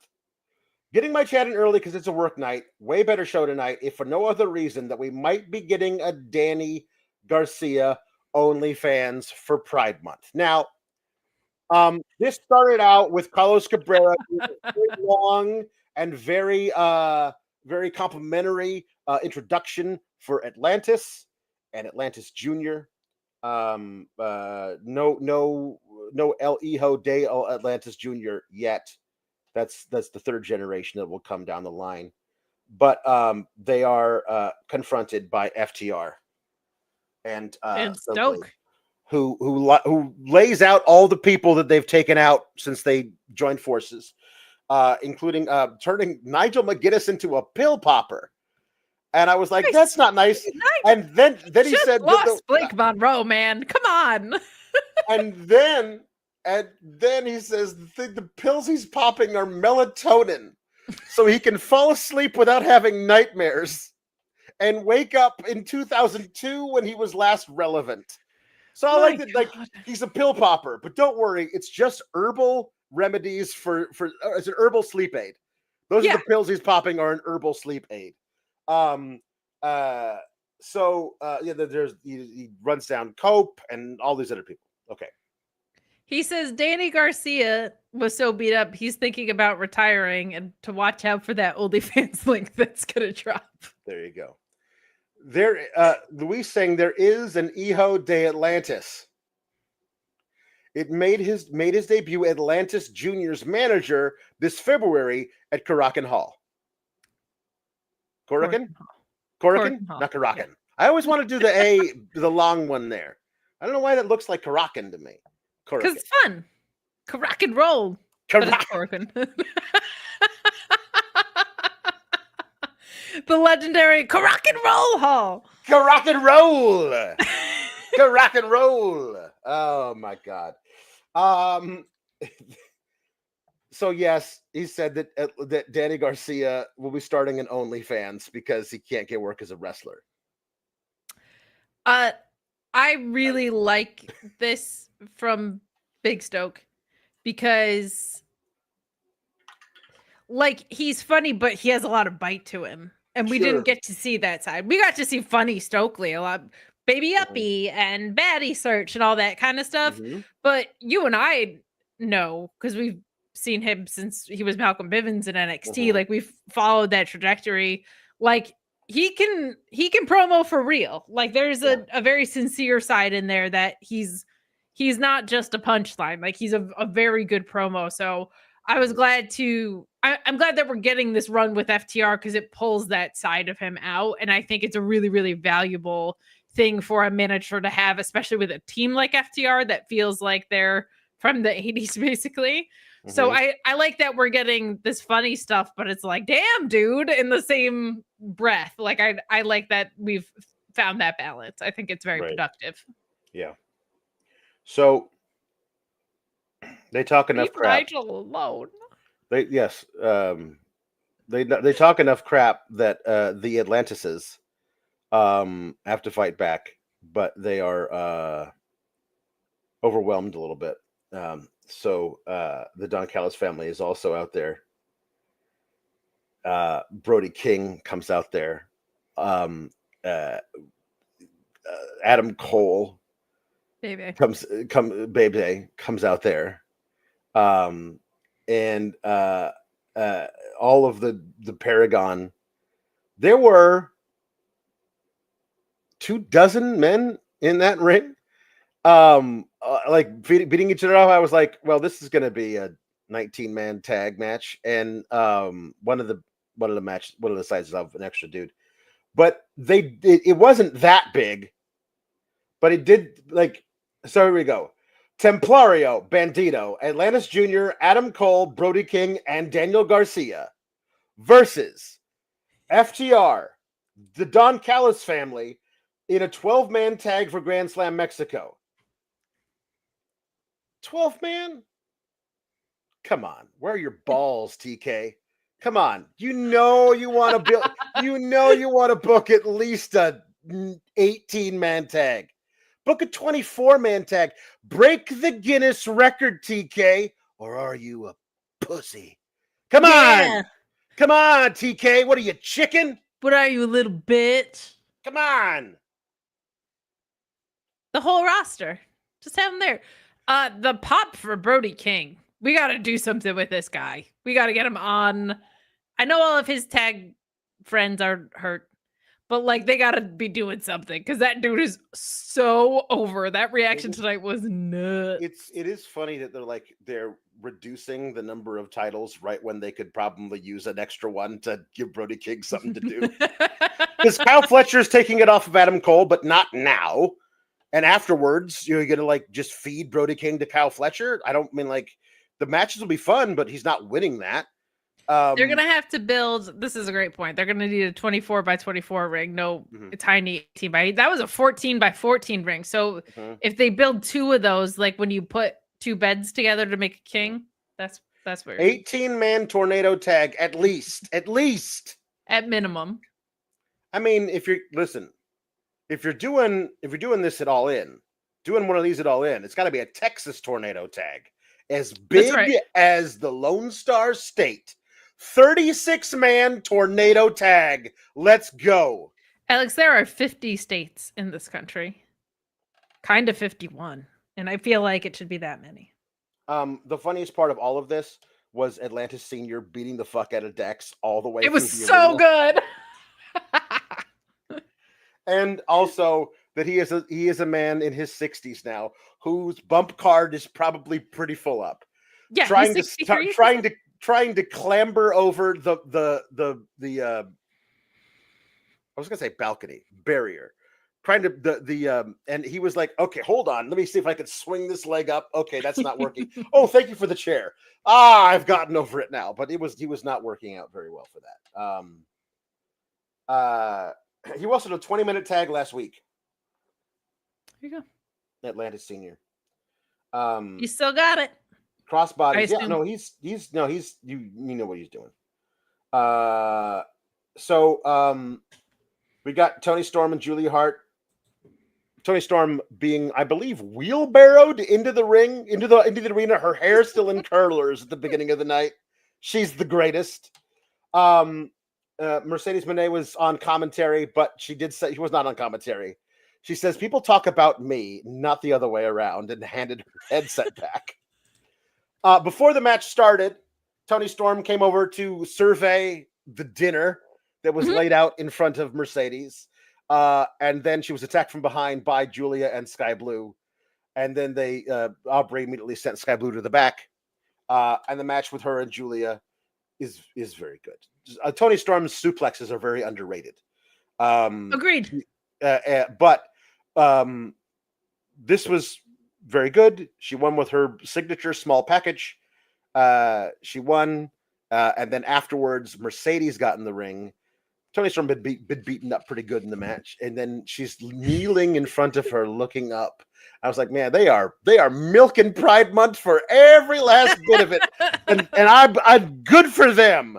But like her just finally standing up and Mercedes getting all up in her face and sniffing her and then whispering something in her ear and then beating the tar out of her. This was great. This is I love that Mercedes is throwing back that sexuality at Toni Storm. Like, you want to play mind games with that? Well, I can play them with you too.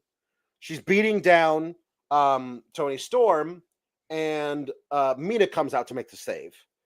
And immediately Mercedes gets out of the ring long enough to see that Mina checking on Toni, has her back turned, climbs back into the ring, beats the hell out of Mina Shirakawa, and then beats up Toni Storm some more and stands over her.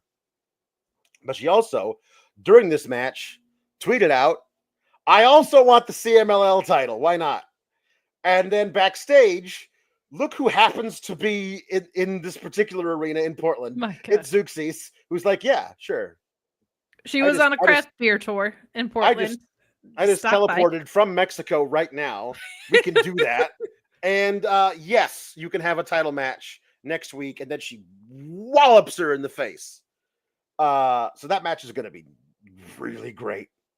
That match is going to be so fun. Getting to see Mercedes against so many different types of wrestlers and so many different styles is a joy to watch.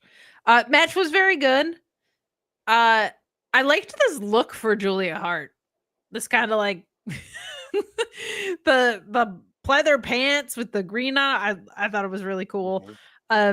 Nice to see her back in the rhythm. Nice to see Sky Blue. Nice to see these names in the rotation. The post match with Mercedes, I thought was excellent. Her being on ringside on her phone the whole time. Like, she feels, it seems like she feels so comfortable right now. And I love that. I loved the toying back with Toni. I thought that was very well done.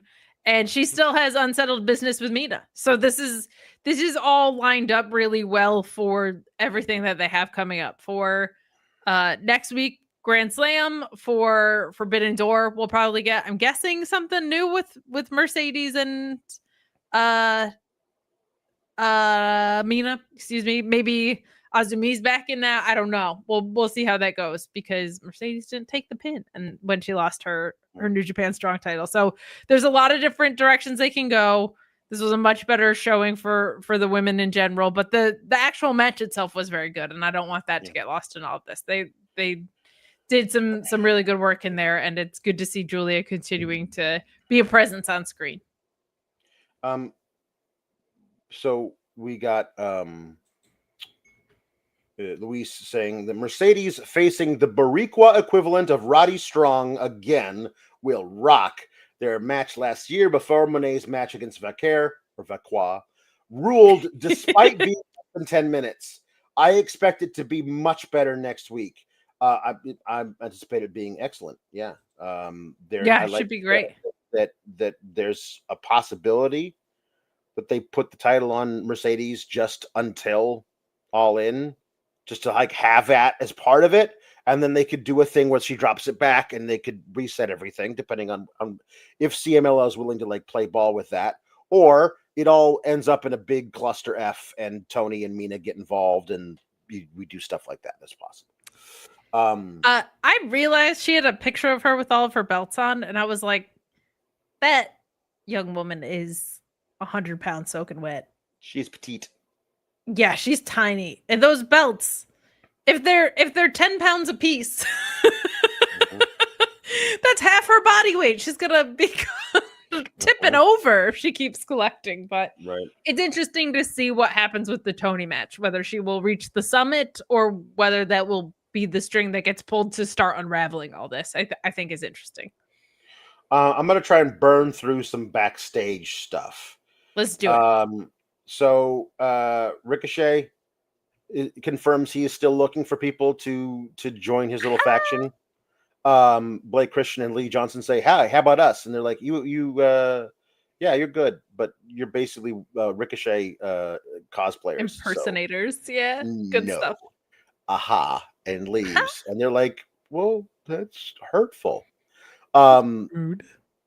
Just recruit Gates of Agony. They'd be so friggin' perfect as his backup. They'd be so good at it. Please just do that. That we haven't seen Big Bill and Brian Keith in a while. It feels like. Has it been like a month? Almost like the learning tree didn't put them over the way everybody promised me it would. But they've been great in everything they've done. Like I really enjoy them as a tag team. I think one of them might have been injured for a little bit, if I remember that's right. Possible. I think Brian Keith was out for a minute. I'm happy that they're back and they're cleared and they want to crack more skulls and everything.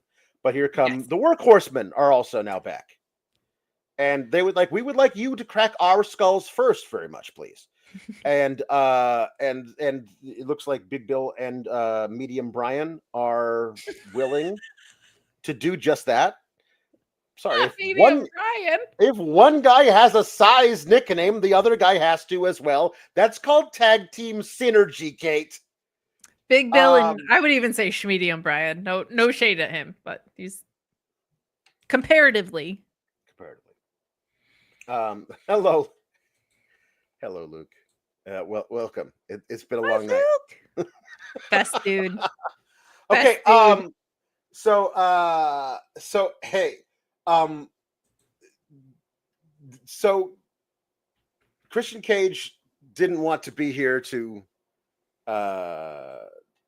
take your spotlight away or something. Kip Sabian says to Nick Wayne, he wants to work hard or something. He's also working hard with your mom. I think it was a joke. Something implying sex with Nick Wayne's mom. But here he produced this this highlight reel of you at Best of the Super Juniors, which included him winning a match and also him losing to Kevin Knight. And those are the only two matches that they showed in the highlight reel, and specifically showed him losing to Kevin Knight. It wasn't on this list, so I missed it. There was the 6-man tag with MJF and the Hurt Business, and they beat Mascara Dorada and Mike Bailey and Kevin Knight, and at the end of the match they unmasked Mascara Dorada, so he's just Dorada now. He's no longer Mascara. That's gone.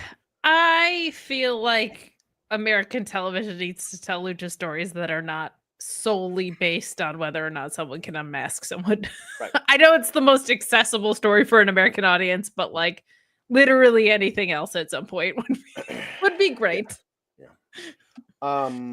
So I forgot to mention that, but yes. So the match that happened. It was alongside all the other stuff MJF was doing. The match was good because Mike Bailey and Kevin Knight are great. Mascara Dorada is great. All the 6 guys in the match. Fantastic. The most important thing you need to know about that match is that MJF was wearing MVP's gear. That's the most important thing that happened in the match by far. So, moving on past all of those things. The backstage segment that I want to spend some actual, maybe a little bit of time on is this really great thing with Chris Statlander, where she's walking outside the arena and she's somebody. So what's going on with you and Willow? I'll tell you what's going on with me and Willow. I tried, okay? I tried. But she's done with me. So you know what? I'm done with her. I'm done with all of this. And she gets walked up on by Wheeler Yuta. And I love that in AEW, they reward us for remembering stuff. Yep. That's one of the things that I find so frustrating about watching WWE is that I feel like I am the only one who remembers that these 2 guys used to be in a tag team or had a feud that one time that was left kind of unfinished. It was 4 years ago. Bronson Reed took out Seth Rollins, got injured, and now they're best friends. Yeah. And now they're best friends again. But like that was only a few months ago. Like, I mean, long-term memory should be rewarded in wrestling fans. And that thing of, oh yeah, the best friends. Wheeler Yuta being a part of it at the same time Statlander was, and that whole thing just kind of falling apart. The best friends just crumbling. And Wheeler Yuta went his separate way and found his way into the BCC, which became the Death Riders. And Statlander has had her own trials and tribulations, but they will always have that connection, that shared history of both being there and being a part of it as the whole thing fell apart around them. And that obviously affected them as people, their characters, all of that stuff. So Wheeler Yuta getting to come in and being like, hey, listen, when are you going to figure out it doesn't matter what people think of you? Do this for you. Whatever you want to do it for you. Not because you feel like somebody will like you or not. Do it for you. And Statlander is just like shoves, like listens respectfully enough, but then shoves past him and then comes face to face with Marina Shafir. And they look at each other for a while. Then Marina Shafir walks up she doesn't say a damn word because she just, all you need to do is just clench her jaw and purse her lips and look daggers at people. But then Wheeler Yuta kind of chuckles to himself about this. Really, really good intrigue stuff because we know for a fact Willow is the representative of all that is good in AEW that is going to help take down the Death Riders. And Marina Shafir, we've thought, is the one sole example of evil among the Death Riders women version. Yes. But if they can recruit Stat, all of a sudden that gives them the edge. That really gives them the edge. So what I hope is that it will be they think they've recruited her and they task her with taking out Willow. And she just can't do it. I want her to be like the version that we were hoping Drew McIntyre might have been when they took out the Bloodline once and for all. Sure. Like the Bloodline was like, hey, you hate this guy, right? So listen, we're not going to ever be friends, but you can at least be our backup to take out this guy. And he doesn't do anything either way. He just washes his hands of it, which takes away from the bad guys a chess piece they thought they still had on the board, which then, with all the dominoes that fall, ends up with them losing it. I would love the idea of Statlander not taking out Willow. She can't do it, but she also doesn't take out anybody else because she's still got a lot of soul searching to do. I think there's a lot of really cool stuff that can come out of this. I think so too, but I want the Death Riders to be over sooner than later. So I don't want this to be like a 5-month burn. I want this to be it burns fast. until All In. I'm good with it. Until All In, and then after that, she has to go on by herself. I think if you get Shayna at some point coming up and joining forces with Marina, and then the two of them take out Willow, let's say around All Out time, then For the inaugural tag titles. Who runs in to help out Willow but Stat? Willow and Stat winning the first ever women's tag titles is the perfect duo to do it. With all of their history against each other, with each other, it'd be perfect. Get that done. That needs to be the play because they also need to get out of each other's spheres for a little bit. Yeah. Like I'm a little burnt out on Willow and Chris when those are two top talent that should be working to put over other people. But as tag champions, I ain't mad about it. Tag champions, I ain't mad about it. And give them some gold, please. Like both of them. So, listen, long-term or recent viewers of this particular program know my frustration in Mark Briscoe is just literally on every show. We never get a week off from Mark Briscoe, and his shtick has worn thin for me. So when this match that they did not advertise started out with Mark Briscoe coming in, I was like, we got to have another Mark Briscoe match. And then everybody who entered after him made me go, okay, this match is going to be great. Because Ishii comes in right after him. And then Willow. And I was like, oh, great, Willow's on the card. That's so awesome. We got another, women are in another match that makes technically 4, I mean 3.5 because the women were a mixed tag, but that's really great. And then who are they facing? But MXM, whom I love, and Taya Valkyrie, who I like, Valkyrie, who I love watching and never get to. But I love MXM, and I'm watching this going, MXM are nothing if not silly. They are, Alex. They're extremely silly. They're very silly. They're a comedy tag team, but I'm watching them, and they're doing moves, like honest to God moves. They're great wrestlers. They're able to be a comedic heel tag team who's very silly, who gets to do all the comedy bumps while also doing spectacular moves to people, as opposed to, the Outrunners, who are a comedy silly tag team whose gimmick is we suck at wrestling because we do it like it's 1985 when wrestling was bad. So I'm like, if you could just teach the Outrunners to do moves, then I would probably like them a lot more. But this out of nowhere 6-person intergender mixed tag was a lot of fun, even if Briscoe was in it. Really good stuff. I agree with the criticism that the Outrunners have a ceiling on them that MXM does not.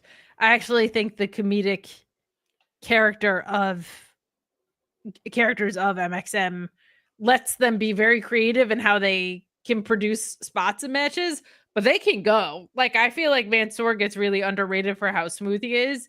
And Mason, because he's such a goofball, like, everybody knows he's a big guy, but when he's working as a big guy, you remember. And there's a really fun contrast with that, with the characters that they are. Ty is great. She's in phenomenal shape as well. It was so nice to have her on screen. And I've been saying for a while, I think the AEW product is in a very strong place. One thing it's missing right now with Private Party not on screen, with Orange Cassidy out, is there's a lot of very fun things happening, but the characters that are designed to be fun are on our screen less. Like the ones that are fun, silly, Private Party just feeling like a party, like those things. We've seen less of that, and it's really refreshing when you have one of those. And MXM getting to jump into the fray here they're designed to be extremely fun. And shout out to Mansoor, who just had another baby. That's Dad great. times 2. This was really good, and I like MXM. MXM should be featured on a listen. I don't know what we're doing with ROH. Neither do they. If it was up to me, the best TV acts should be on AEW television.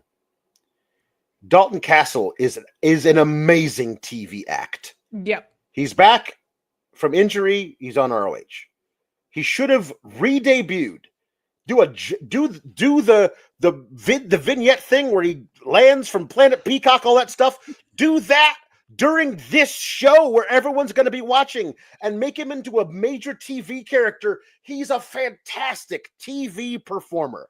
MXM are amazing TV performers. Don't bury them on the streaming service. Like, do it here. Make them into something else. There's a bunch of people who are on AEW, who are on the roster of AEW, that could fill a role in ROH that aren't like TV performers like Dalton Castle and MXM are. Put them somewhere. You know what? Put them together. They'd be friggin' amazing together. Make them trios champions tomorrow. I'm a happy camper. Sincerely, them getting MXM's been pairing around with Johnny TV though, so yeah, like that's the tie-in with that. I know, but them getting smooshed by the Ops would be a really, really fun match. Samoa Joe and Mason in the same ring. Let's go. There'd be some really fun work done. A lot of fun. But it was very refreshing to see them on television again. Yes, and we need our Toni Storm and Dalton Castle interaction. We must have it. We need that as a packaged act. That needs honestly, Mercedes being annoyed but also flattered by MXM completely fangirling over her would be really fun. Trying to make them MXMXM.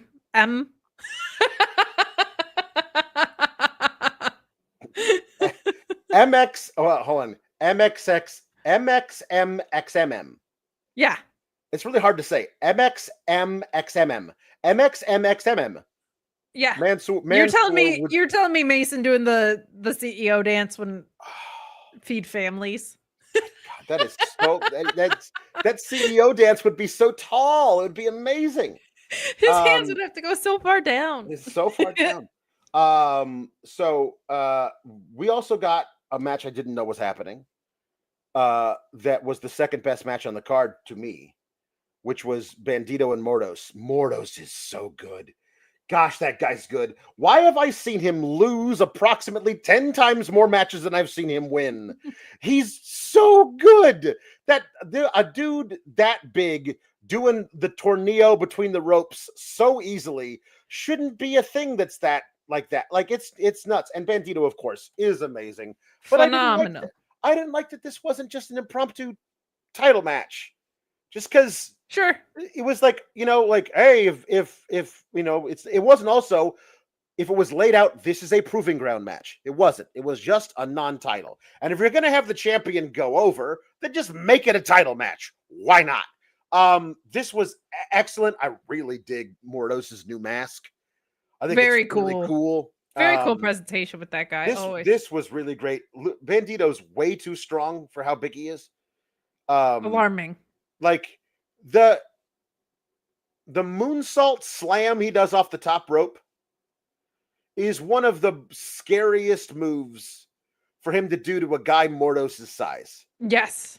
Smaller dudes, him hitting that on somebody, okay, I feel like he could do that no problem. Mordos is a big dude. Apparently, he's also done it to two guys at once, which, like, do you have a death wish? If he under rotates on that move, even slightly, he's a dead man. Yeah. He lands directly on the top of his head with another dude on his face as he lands on the top of his head. That's so scary, but spectacular. And that, I believe, was that how he won it? It was a great match. Really, really, really good. I didn't think we were getting it, but all I got to say is, like, make LFI into, like, the trios champions and have them defend the titles a lot. Or sure. Them versus the Hurt Syndicate would do something to those tag titles. They would feel important. Mordos, can Mordos win 40% of the matches instead of 10? I'm not even asking him to win more than he loses. Just win more often than almost never. Gosh, he's so good. And also so is Bandito. Thank God I was so worried when they put this on the show, Kate.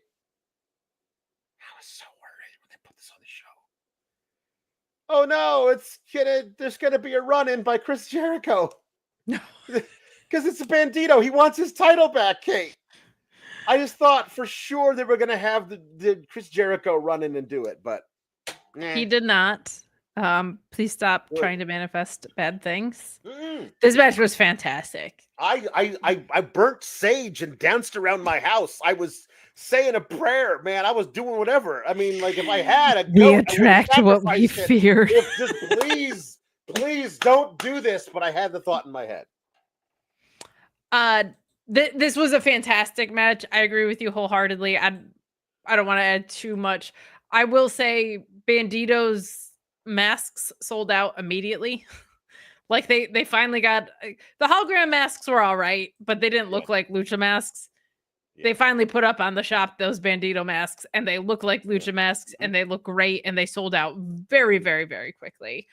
So I hope he has a big program for the ROH show that will be at All In, because Lucha Libre, it's pretty cool, and Sean's talked about this extensively, so I won't go on too much, but like the fact that they sell tickets on Lucha Libre and not on a name or a match or a star. It's kind of just like these people are doing Lucha Libre for you, and you will buy tickets because you respect it.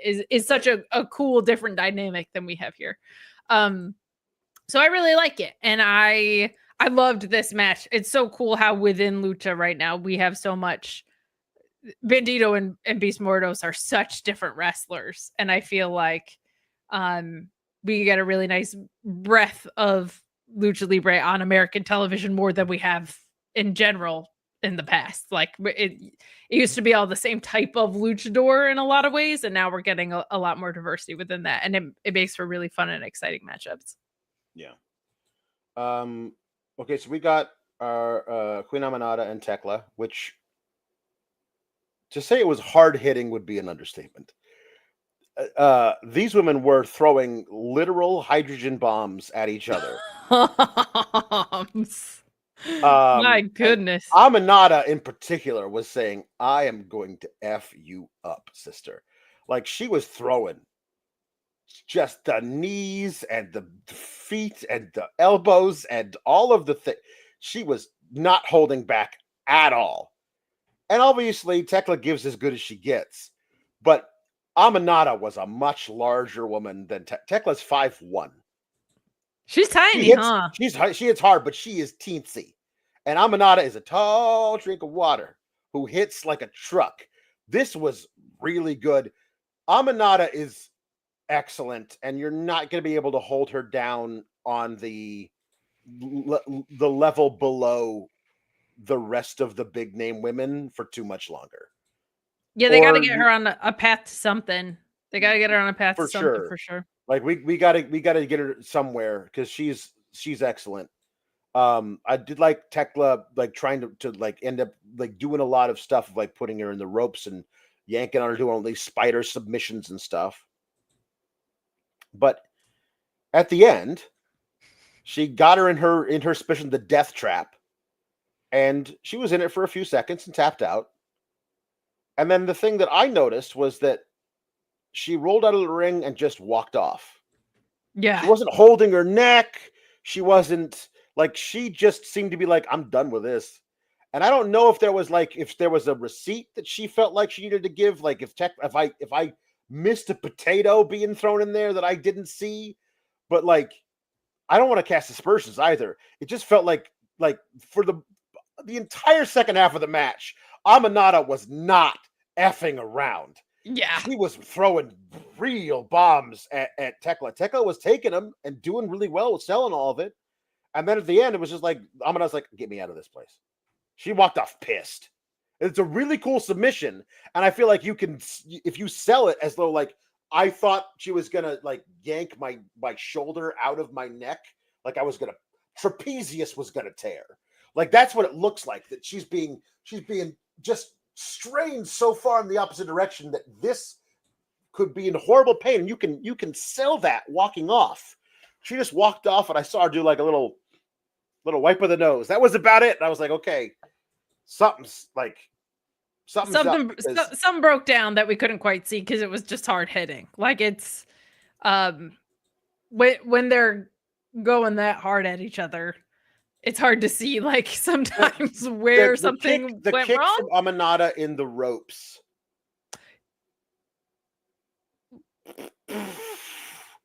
My Jeez. God. Like that, she like and listen, I love the way both of these women wrestle. And I really think that Aminata has been putting in a lot of work for several years here now. And then Thekla just comes in and leapfrogs her. That could be part of the frustration. Sure. But I hope they utilize that and put her in somewhere where she can, like, I don't need to join a faction or something, but like put her with somebody who can utilize that anger. You know what I mean? You know Sure. who doesn't currently have any female members? The Don Callis family. Like, that's like, we have a lot of different factions who have female members involved.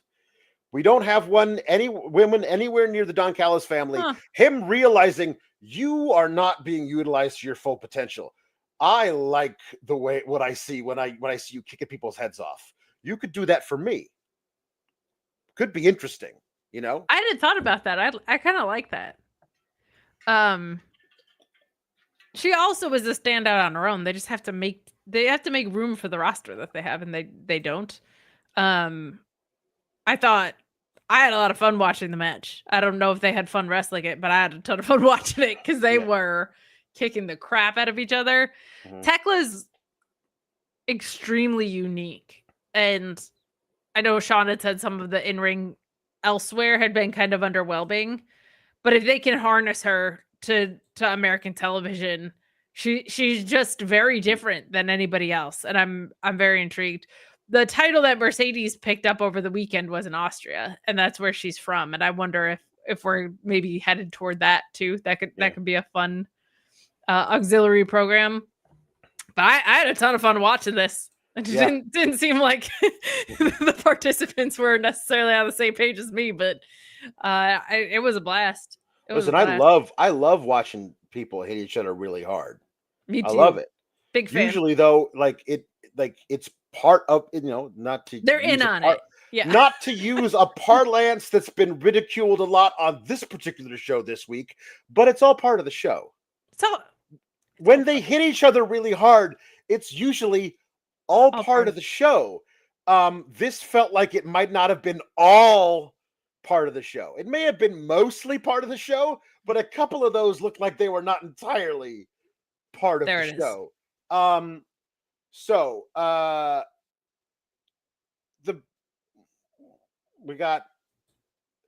Listen, it was fine. It's an 8-man tag to end a very long night. I'm sorry for not paying super close attention to the Don Callis family versus Daniel Garcia and Paragon.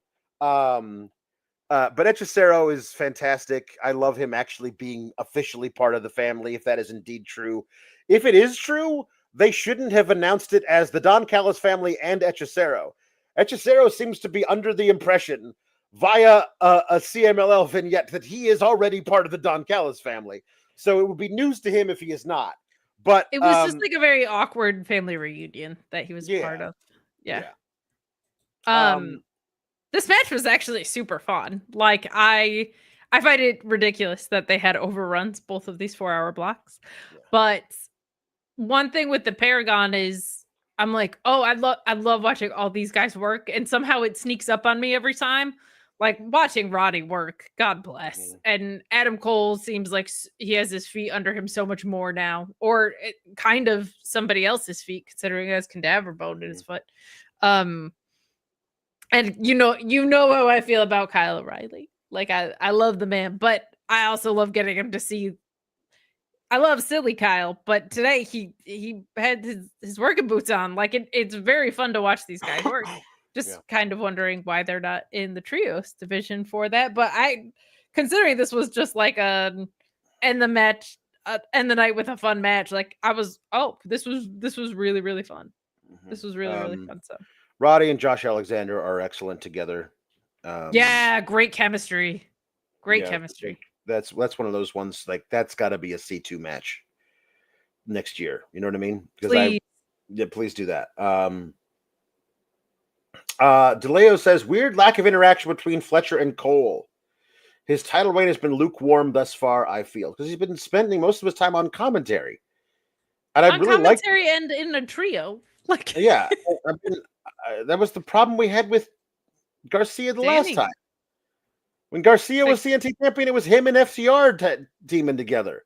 We have simply learned nothing. I've always enjoyed Adam, Kyle, and Roddy together as a trio. I think they're great as a trio. Make them the trios champions if you want to. But like if you're gonna have them wrestle as a trio, one of them shouldn't be a singles champion. You know, like Kyle Fletcher, if Kyle Fletcher is the plan is for Kyle Fletcher to take the title off of Adam Cole, for God's sake, do that at All In. And then have Kyle Fletcher actually defend that title. I think that I've always said, like, if you're going to have a thing that's the TNT title or the TBS title, then it should be a thing where it gets defended twice a month on TV. On that, I agree. Collision. The TNT title gets defended twice a month on Collision. On the weeks they're not doing it, have a little scrum to figure out who's the guy who's going to win. Do a fatal four-way, or a little battle royal or whatever to figure out who's going to be the person to get the next title shot. Same thing with the TBS championship. It's difficult because it's Mercedes and she's an attraction or whatever. But if she ends up losing that title, after that, institute a thing where twice a month on Dynamite, the TBS title is defended. I think that could be a really good, make them into actual TV titles. If you want to do it like they used to do with the WCW TV title, and they've got like a 10-minute time limit, where like most of the things wind up with like, you couldn't beat me in 10 minutes, I win, which is a great thing to do for Kyle Fletcher, because who's going to beat him in 10 minutes? That's, that could be, or he beats dudes in 8 minutes because he's Kyle Fletcher. There could be a lot of stuff there. I loved watching back in the day, William Regal as the TV champion in WCW was great, because when it got to 9 minutes, he was just playing defense. You are not beating me. It was really smart stuff. You could figure out a way of making that good. Yeah, I just it seems really fundamental, but have your singles champion wrestle singles matches against competitors feels like a very, very basic thing. But I had fun watching this match. I just am like, what are we doing with our mid-card titles here? Okay. So that was the show, but then we have this thing next. The card for Grand Slam is as follows so far. Well, Tom LaValle says next week should just be 3 matches. That's all they've already announced, but just three matches. Mercedes versus Zeuxis, Místico versus MGF, and everyone else on the roster in a 37-person tag team match. Nailed it. But the actual thing is Místico, MGF, Zeuxis, Mercedes, and I guess Team Bandito, Templario, Garcia, Atlantis Jr., Brody, and Adam Cole versus FTR and Fletcher, Takeshita, Hechicero, and Josh Alexander. And then they also have another match, the 4th match, which is the Young Bucks and the Death Riders versus Ospreay, Swerve, and the Ops. Ospreay needs to wrestle that match in an eye patch. Yes, I agree. That's the one. It's a 10-man tag. He doesn't have to get in for very long. No. For the time that he is in, he needs to be wearing an eye patch. Barely cleared. He needs to be wearing the eye patch. There are 22 men wrestling in 2 matches. That's a good chunk of the roster. That is. So if you're gonna gotta get Hologram on the card if he's healthy. You got to get Hologram on the card. Got a Komander on the card if he's healthy. Hopefully, I don't know how long he's going to be out. I don't know what he's sidelined with. Clear the Air with E says Alex and Kate book the next 3 matches after the big 3 main events at All In Texas. I've honestly thought about this, that I think it would be interesting to figure out if all members of both factions, the good guys and the bad guys, had to fight each other along the way that same night. You know what I mean? Like Hangman and Moxley are fighting at the end. We're going to get probably almost certainly Swerve and Ospreay versus the Young Bucks. That would be the next one after that third main event, because the 3 main events are Toni and Mercedes, Okada, Omega, and Moxley and Hangman. Those are the 3. The 4th match they're going to make, obviously, is Will and Swerve versus the Young Bucks. So, for the trios titles, the Ops versus Claudio, Wheeler Yuta, and Gabe Kidd. And the Ops try to not only win that match, but make sure the guys that they beat are weakened enough that they can't be of much help to Moxley. Like, could we figure out a way to do Marina Shafir versus Willow in a Texas death match? Ooh. Because you don't have to, like, Marina doesn't have to, like, do a big work rate. She just has to try and murder Willow, and Willow has to fight back. And maybe that's where Chris has to have her crisis of conscience.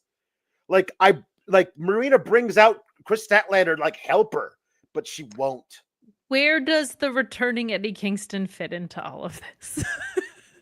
Will he be back in time? Because if so, he needs to be in my booking, he is. Well, yeah. He needs to be the guy. Maybe Darby and Sting aren't the last guys to finish off. I thought about that Eddie too. Kingston being it, and Eddie Kingston coming out, and Moxley not knowing whose side he's on, and Eddie fooling us for about 10 seconds that he's on Moxley's side, gives him a big hug, and then Moxley turns around, and Eddie gets him in a chokehold or something. You know what I mean? Or he backfists him in the back of the head with brass knuckles on or something. Perfect. Just that'd be really cool. That'd be fun. Yeah. So there's a lot of stuff, but I like the idea of it being like an overall thing that night. If we're really doing it and we're really putting Hangman properly, put the title up, please God, put the title on Hangman, then having it be a thing that all the people involved in that big story have to fight each other in some way that night could be a lot of fun. That could be. Anyway, that's it. We went longer last night talking about a 2-hour episode of NXT. We did sing songs for part of it, but I think we did a pretty good job. Us talking about a 4-hour Dynamite where lots of stuff happened. Lots of stuff did happen. And it only took us 2 hours and 22 minutes. That's pretty good for us. That's pretty good for us. And you got to figure Sean yapping was at least 10 minutes of that. So 20 minutes of that. The amount of multi-mans from Don Callis' family, Paragon, Death Riders, Ops, etc. makes me think there will be a Stadium Stampede match. Oh. Yeah, probably going to get one of those. There's probably going to be a whole bunch of titles that aren't defended at All In, but there's going to be a gigantic... Then they get defended at All Out. 42-man Stadium Stampede match. I'm in. All right. Thanks, everybody. Next week is a 2.5-hour Dynamite, which really, with the overrun, is only like 12 minutes longer than a normal Dynamite, but still. Correct.